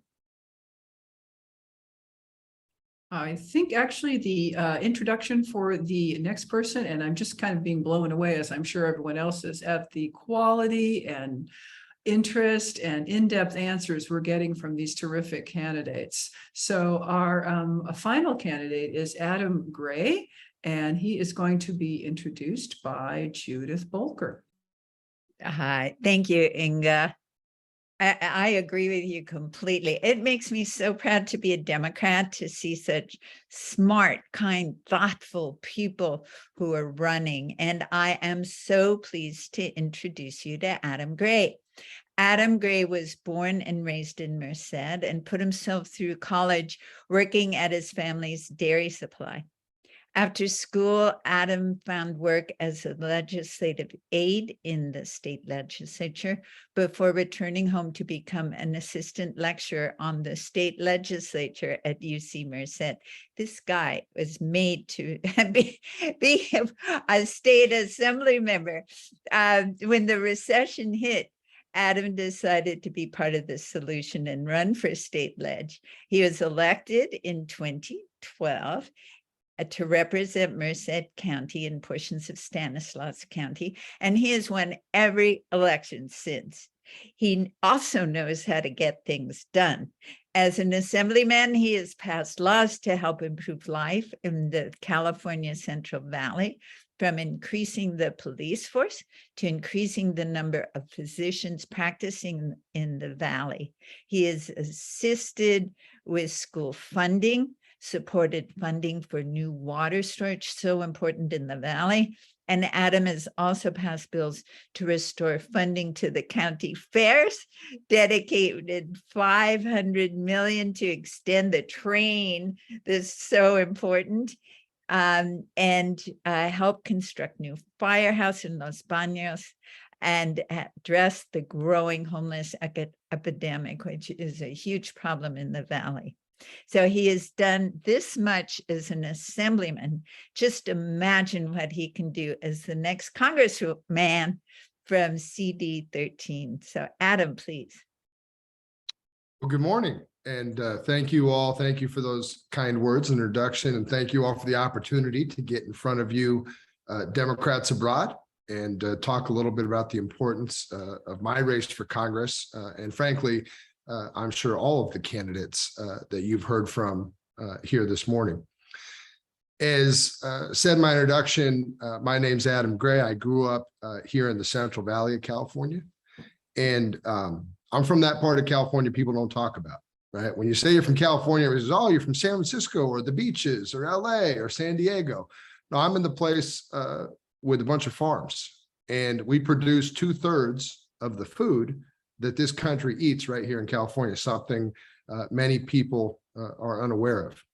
I grew up in agriculture. My family was in the dairy business and farming. And I got started in politics, working for the chairman of the Ag Committee in Sacramento. And at the time, had no idea or necessarily interest to think I would be an elected official someday. At the time, I was just a kid from a small town, interested in going to Sacramento and seeing something different. And I got involved in public policy and helping my community. And, you know, the people from the Central Valley, I think a lot like the people from rural America, rural California, but rural America as well, oftentimes feel left behind by both parties, right? We don't get the attention that the big cities get in the legislature. We certainly don't get the attention in Washington, D.C. And unlike a district like Will's or maybe some of the other folks you've heard from today, what makes my district very unique is my Democrats are probably more conservative than Will's Republicans. This is a very different kind of politic out here in rural California. When they drew the new congressional seats, which are going to have an impact, obviously, on the balance of power and who has the gavel next year in Congress, they drew a seat here that was almost a replica of my existing state legislative district. So 2/3 of the district I represent, which I have won now 5 times with as much as 60% of the vote, sits within Congressional District 13.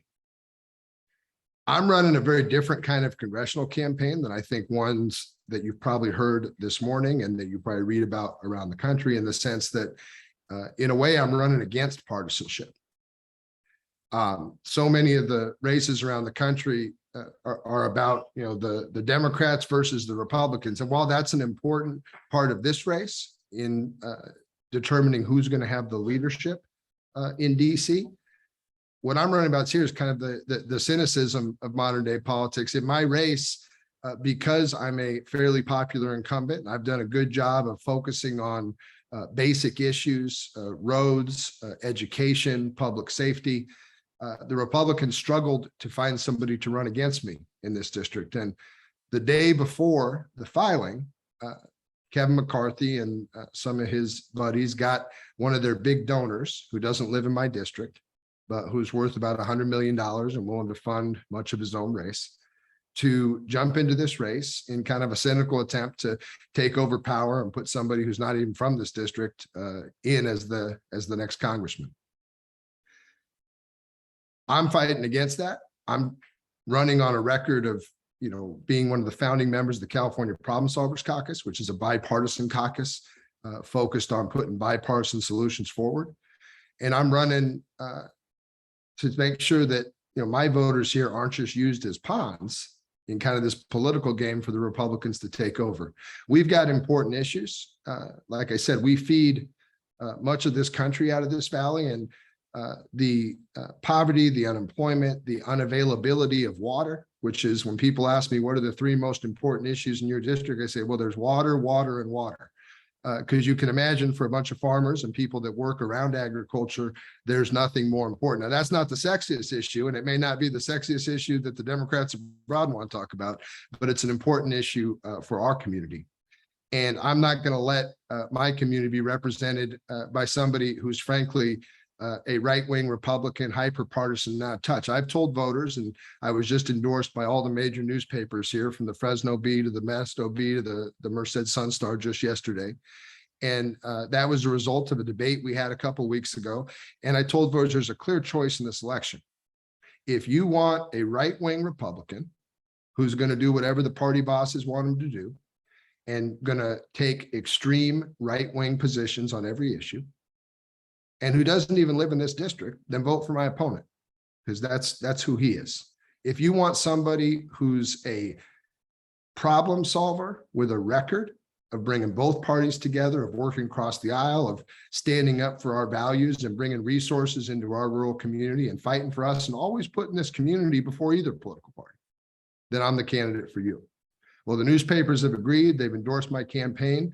We're in a dogfight of an election with, I think, nearly $10 million spent at this point. I'm doing everything I can to keep up with the Republican super PAC money and looking for all the help I can get here and abroad. So I appreciate you all giving me the chance to get in front of you. I don't come from a wealthy community.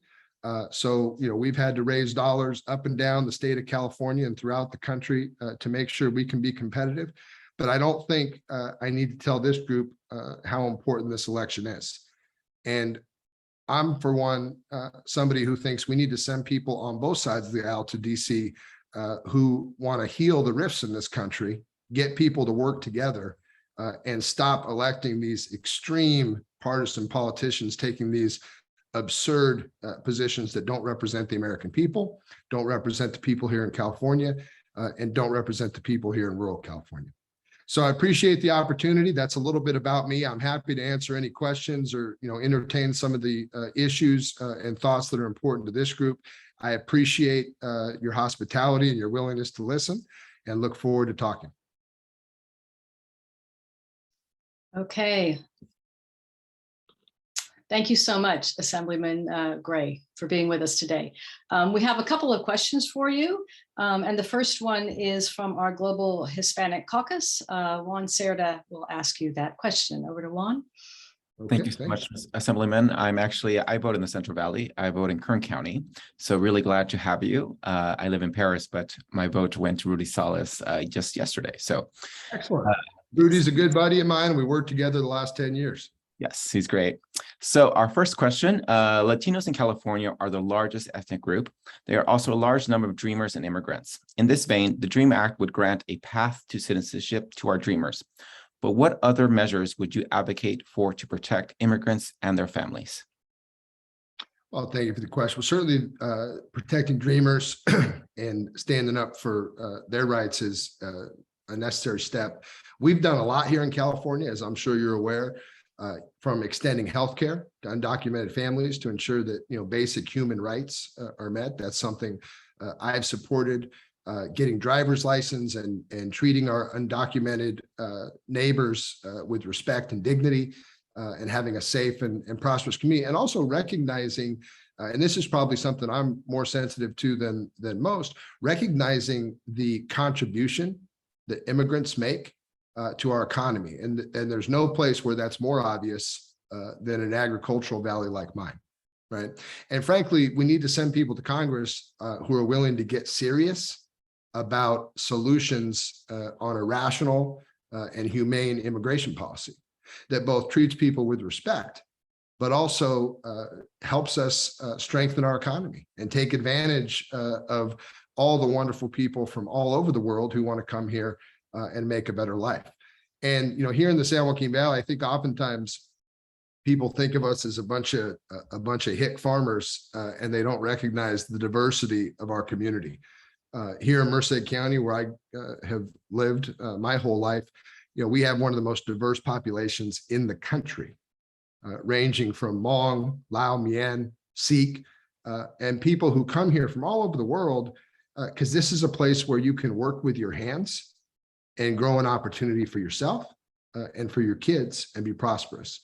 And again, we just got to stop. I mean, the xenophobia on the Republican side, and then frankly, just to criticize my own party, our singular focus on dreamers and amnesty doesn't get into the meat of how do we establish a sane and reasonable immigration policy that actually, again, takes advantage of the economic contributions and also treats people with respect. We got to get on it. We need people on both sides of the aisle who are willing to sit down and actually talk straight about this issue instead of just appealing to base voters and having, competing press releases that get nothing done.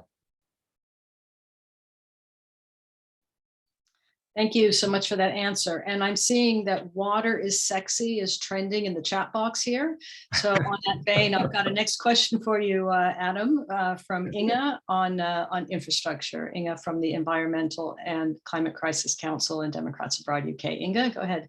Yep. Excellent. As a person from Northern California, I also know about water. It's the thing we know all about. We know about saving water. We also know that there are other infrastructure issues. And in your district, I understand that traffic is also important. This all points back to infrastructure. And I understand that your opponent has opposed some needed infrastructure investment and the value of the Infrastructure Investment and Jobs Act. So what's the value of that to your community? And when you represent this district, how will you be stressing infrastructure? What kind of moves are you going to take on that front? Well, appreciate that question and couldn't agree more. And infrastructure has been a major part of my service in the state legislature, the things that I've been able to accomplish. I often joke around my district and around the San Joaquin Valley here that if you're a conservative Republican, you probably hate high-speed rail. And if you're a liberal Democrat, you probably hate the idea of building a new reservoir like Temperance Flat in Fresno. And the only thing these two sides agree on is not building stuff. And that's exactly the problem is we've got to invest in infrastructure. We got to be smart. With the impacts of climate change, we're going to see a third of our snowpack disappear in the coming decades. We've got to be innovative, and we've got to build a whole bunch of infrastructure to ensure that we can even just capture the water that we capture today. We've got to, and we've got to get out of this kind of binary, this argument where it's like, oh, it's fish or dams, right? And you just see that too often because you see, again, those on the left on the environmental perspective and those on the right with, well, let's just build with no concern whatsoever for habitat. And what we've got to be doing is more of an all of the above A to Z approach. And we've got to be lining every canal in the state. I just got $40 million this budget year working with an organization called River Partners and Stanford University, where they want to map the entire San Joaquin Valley floor and find the most optimal places for groundwater recharge. And then We want to build the infrastructure using that money so that in a wet year, we can actually divert some of the floodwaters out into these floodplain restoration spots and recharge our groundwater, right? And that's a perfect example where we can do something that's good for the environment, and we can also do something that's good for farming and the economy by making sure we have the groundwater to continue to produce the food this country needs. We also need to look at opportunities to raise existing reservoirs, and we've got to look for opportunities to be using the best technology to predict the snowmelt and the runoff. Perfect example, I just put in this audit with the State Auditor's Office, which is an independent organization. You have to get a vote of the legislature to get them to conduct an audit, and I was successful in doing that. But the questions we're asking in this past year, Department of Water Resources flushed 600,000 to 700,000 acre feet of water from behind the reservoirs in Northern California out to the ocean because they had bad data. In some of the smaller reservoirs in my district where agriculture is so important, we've invested in LIDAR and other technologies where we're looking at the density of the snow so that we can get accurate predictions about snowmelt and runoff. And why that's important is when you don't have accurate predictions, you can end up flushing water out of the reservoirs thinking that you're going to get those reservoirs refilled with the snowmelt. And then when that doesn't come, all of a sudden, we've lost the water we need for our communities, our farms, and our economy. So, investments in technology, open-mindedness about infrastructure, these are all important things in water, but they're also important across the board. We have some of the worst air quality in the San Joaquin Valley in the country, one of the worst air basins that exists. And smart investments like high-speed rail, getting cars that don't need to be on the road, off the road, getting people into clean public transportation. We're going to need to run trucks and move food that the country depends on, right? We need to make investments, in those fleets to get, clean energy vehicles. That's going to take time, but we can get we can get the LA and the San Francisco crowd who are driving through our valley and leaving their pollution behind to get on a train, right? They don't need to be driving through the valley at the clip they are. So infrastructure investment is incredibly important. I was for high-speed rail when it was popular, and I'm still for high-speed rail when it became unpopular. I've been consistent. I'll stay consistent. And I'm going to stay consistent also on making sure we have the roads to move product to port, to make sure we invest in our ports so we can move food around the world and around the country. These are all infrastructure investments that I believe in. And here's the other thing. When we invest in infrastructure, and that's why I tell the joke about the conservatives and the liberals agreeing on not building anything. When we invest in infrastructure, we create a whole lot of middle-class jobs that support families and provide opportunity. Carpenters, laborers, building trades jobs. These are really good jobs that do a lot to contribute to the economy and contribute to the next generation. So I'm a big infrastructure fan. The list of infrastructure that I've personally been responsible for to advocate for is important. And let me close on this point on infrastructure because it doesn't get talked about enough. Healthcare infrastructure. I've fought for 10 years and worked with Governor Newsom and Governor Brown to bring a medical school to the San Joaquin Valley. And this next year at UC Merced, the 10th campus of the University of California here in my hometown, the first cohort of students, 12 students, that are going to be part of an 8-year MD program will begin. And I say that not to say that those of us here wanted a bright, shiny new medical school to show off, but rather because we don't have the physicians and healthcare professionals in our region to serve the community. And while the country has spent a lot of time talking about the importance of coverage and extending coverage to every American, we've forgotten that many people who live in rural parts of America just simply, you can't take that card anywhere but the emergency room because we don't have the adequate number of physicians, nurses, et cetera. In Merced County, where I live, there are 90 physicians for every 100,000 people. In the city and county of San Francisco, there are 500 physicians for every 100,000 people. That is inadequate and is discriminatory towards our rural communities. And we've got to make the moves to make sure that we can educate our own young people right here in our region and then incentivize them to stay and practice here in rural California. During COVID, when the governor tried to set up 1,000 beds in Fresno to relieve the regional emergency room situation here, they couldn't find the doctors and nurses to staff the beds, and it became a total cluster. These are the kind of challenges that we have to address on healthcare infrastructure and investing in nursing programs, medical schools, and of course, clinics and hospitals in rural California is an important part of the infrastructure discussion as well. So sorry for the long answer, but you got me on a passionate subject.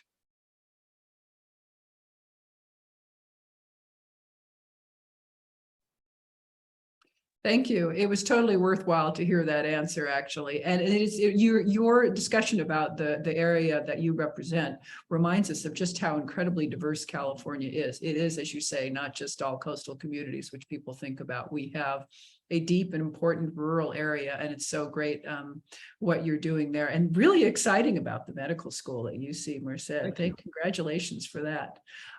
Thank you so much for being with us today, and I'm sure we'll be following up with, I see lots of questions and lots of thanks to you in the chat. Thank you so much for being with us today. Really appreciate it. Well, thank you for your time, and please go to Adam Gray for Congress and check out any information on my race, and appreciate your willingness to listen and would love to have your support. Thank you. Okay. All right. Well, that's great. We have heard today from some incredible candidates. And before I do all the thank yous, I want to turn over to Martha to talk about what you should be doing as a California voter and a friend of Californians for your own voting. Go ahead, Martha, if you want to tell us about that. Thanks. Okay, thanks. So again, we are 1 month out. It's October 8th and the election is on November 8th. So we're in the time when everyone should have received their ballot, and it's time to fill it in and turn it in. If you haven't received your ballot, be sure to contact your local election officials as soon as possible, find out what's going on there. Look in your spam mailbox, and if you haven't requested, there is still time. If you're not registered to vote, there's also still time. So you could really help the people in your family, in your environment, and make sure you get everyone voting this year. You know, my brother takes his whole family to the polls at the same time. All the kids, everybody, they just do it and they post it. This is what we can also do as Democrats abroad. So I don't know about you, but my ballot was 18 pages long. It's a little bit overwhelming sometimes, like especially when you get down to all those propositions, which are like not very well written sometimes and really confusing for those of us who are abroad. And also the information is still coming out, right? Those local issues, those nonpartisan races, all that kind of stuff. The information is still flowing. I'm always looking for the right time to vote, right? So I haven't sent my ballot in yet, but I will do so quite soon. But that's just something that we all have to contend with, is that there's a lot on the ballot. So be sure that you reach out to, your local communities and find out about those local races as much as you can. It's very important to vote for state offices as well as your Congress member. And of course, we have a United States Senator who is on the ballot twice, for the rest of his term as well as for his next term, and that is Senator Alex Padilla. Very important that we bring him back to Congress. So there's a lot going on there. So please be sure that you fill in your ballots. If you have any issues or questions or anything like that, there is a fabulous help desk at votefromabroad.org who can help you if you have any questions about downloading your ballot, printing your ballot, returning it, and all of that. California allows you to fax your ballot back. So that is super helpful. I know nobody has a fax machine anymore, but you'll be using an email to fax program. We can help you with that. You can find those online. But if you choose to fax your ballot back, it gives you a little bit more time. But be sure you don't wait till the last minute, because those fax machines get completely clogged. So be sure that you also do that timely and you get your ballot back by the deadline. That's just really important. If you want to mail your ballot back and you live in a country with excellent mail service and you're confident it's going to get in, just be sure to put stamps on it and get it out there as soon as possible. And then follow up, check with your local election officials, make sure they received it. And if there's any issues there, you can always use a backup ballot. That's called a FWAB, a federal write-in ballot. So there's various recourse if you have any issues along the way. So that's what it's going to take to win this election, is to make sure that we go through all those steps, and then we get those ballots in and we make sure that they're received and they're counted. So I just want to thank everybody for their attendance today, for their support, for your voting, and for supporting the people in your environment, everybody around you to vote. And I think we've just heard that this is going to be an amazing opportunity for a wave year for California Democrats. So again, reach out to the help desk if you have any questions, and thank you for being here today. Thank you, Martha. All that remains for me is to say an enormous thank you to our 5 candidates who came today: Dr. Kermit Jones, Jay Chen, Representative Katie Porter, Will Rollins, and Adam Gray. We really appreciate that they were all able to be on the call and to answer so many interesting questions. I hope that you also enjoyed the conversation. I would really like to also give a big shout out to all the great volunteers, both on the camera and behind the scenes, who made this such an extraordinary event. And thank you also to you for taking the time to listen in. And I hope that helped you get inspired for the election and also to make an informed decision about some of the races on the ballot. We'll be sending out a link to the recording in the coming days in case you missed part of it. Let's hope that maybe someone can cut and paste in the chat box. Democrats Abroad is all volunteer run and funded organization. Your support goes a long way. So a donation of $20.20, I'm told, will help us reach at least 20 California overseas voters, and we all want to do that. We are reaching out to all our members. We also hope that you'll consider stepping up to volunteer. And Democrats Abroad is doing the work to reach out to overseas voters, and we need your help to reach them. There are phone banks and other information you can find out at the main democratsabroad.org page. So we're going to be ending the recording now and really appreciate your being here. Thanks for joining us, and don't forget to vote and help turn all of California blue in 22. Thank you so much.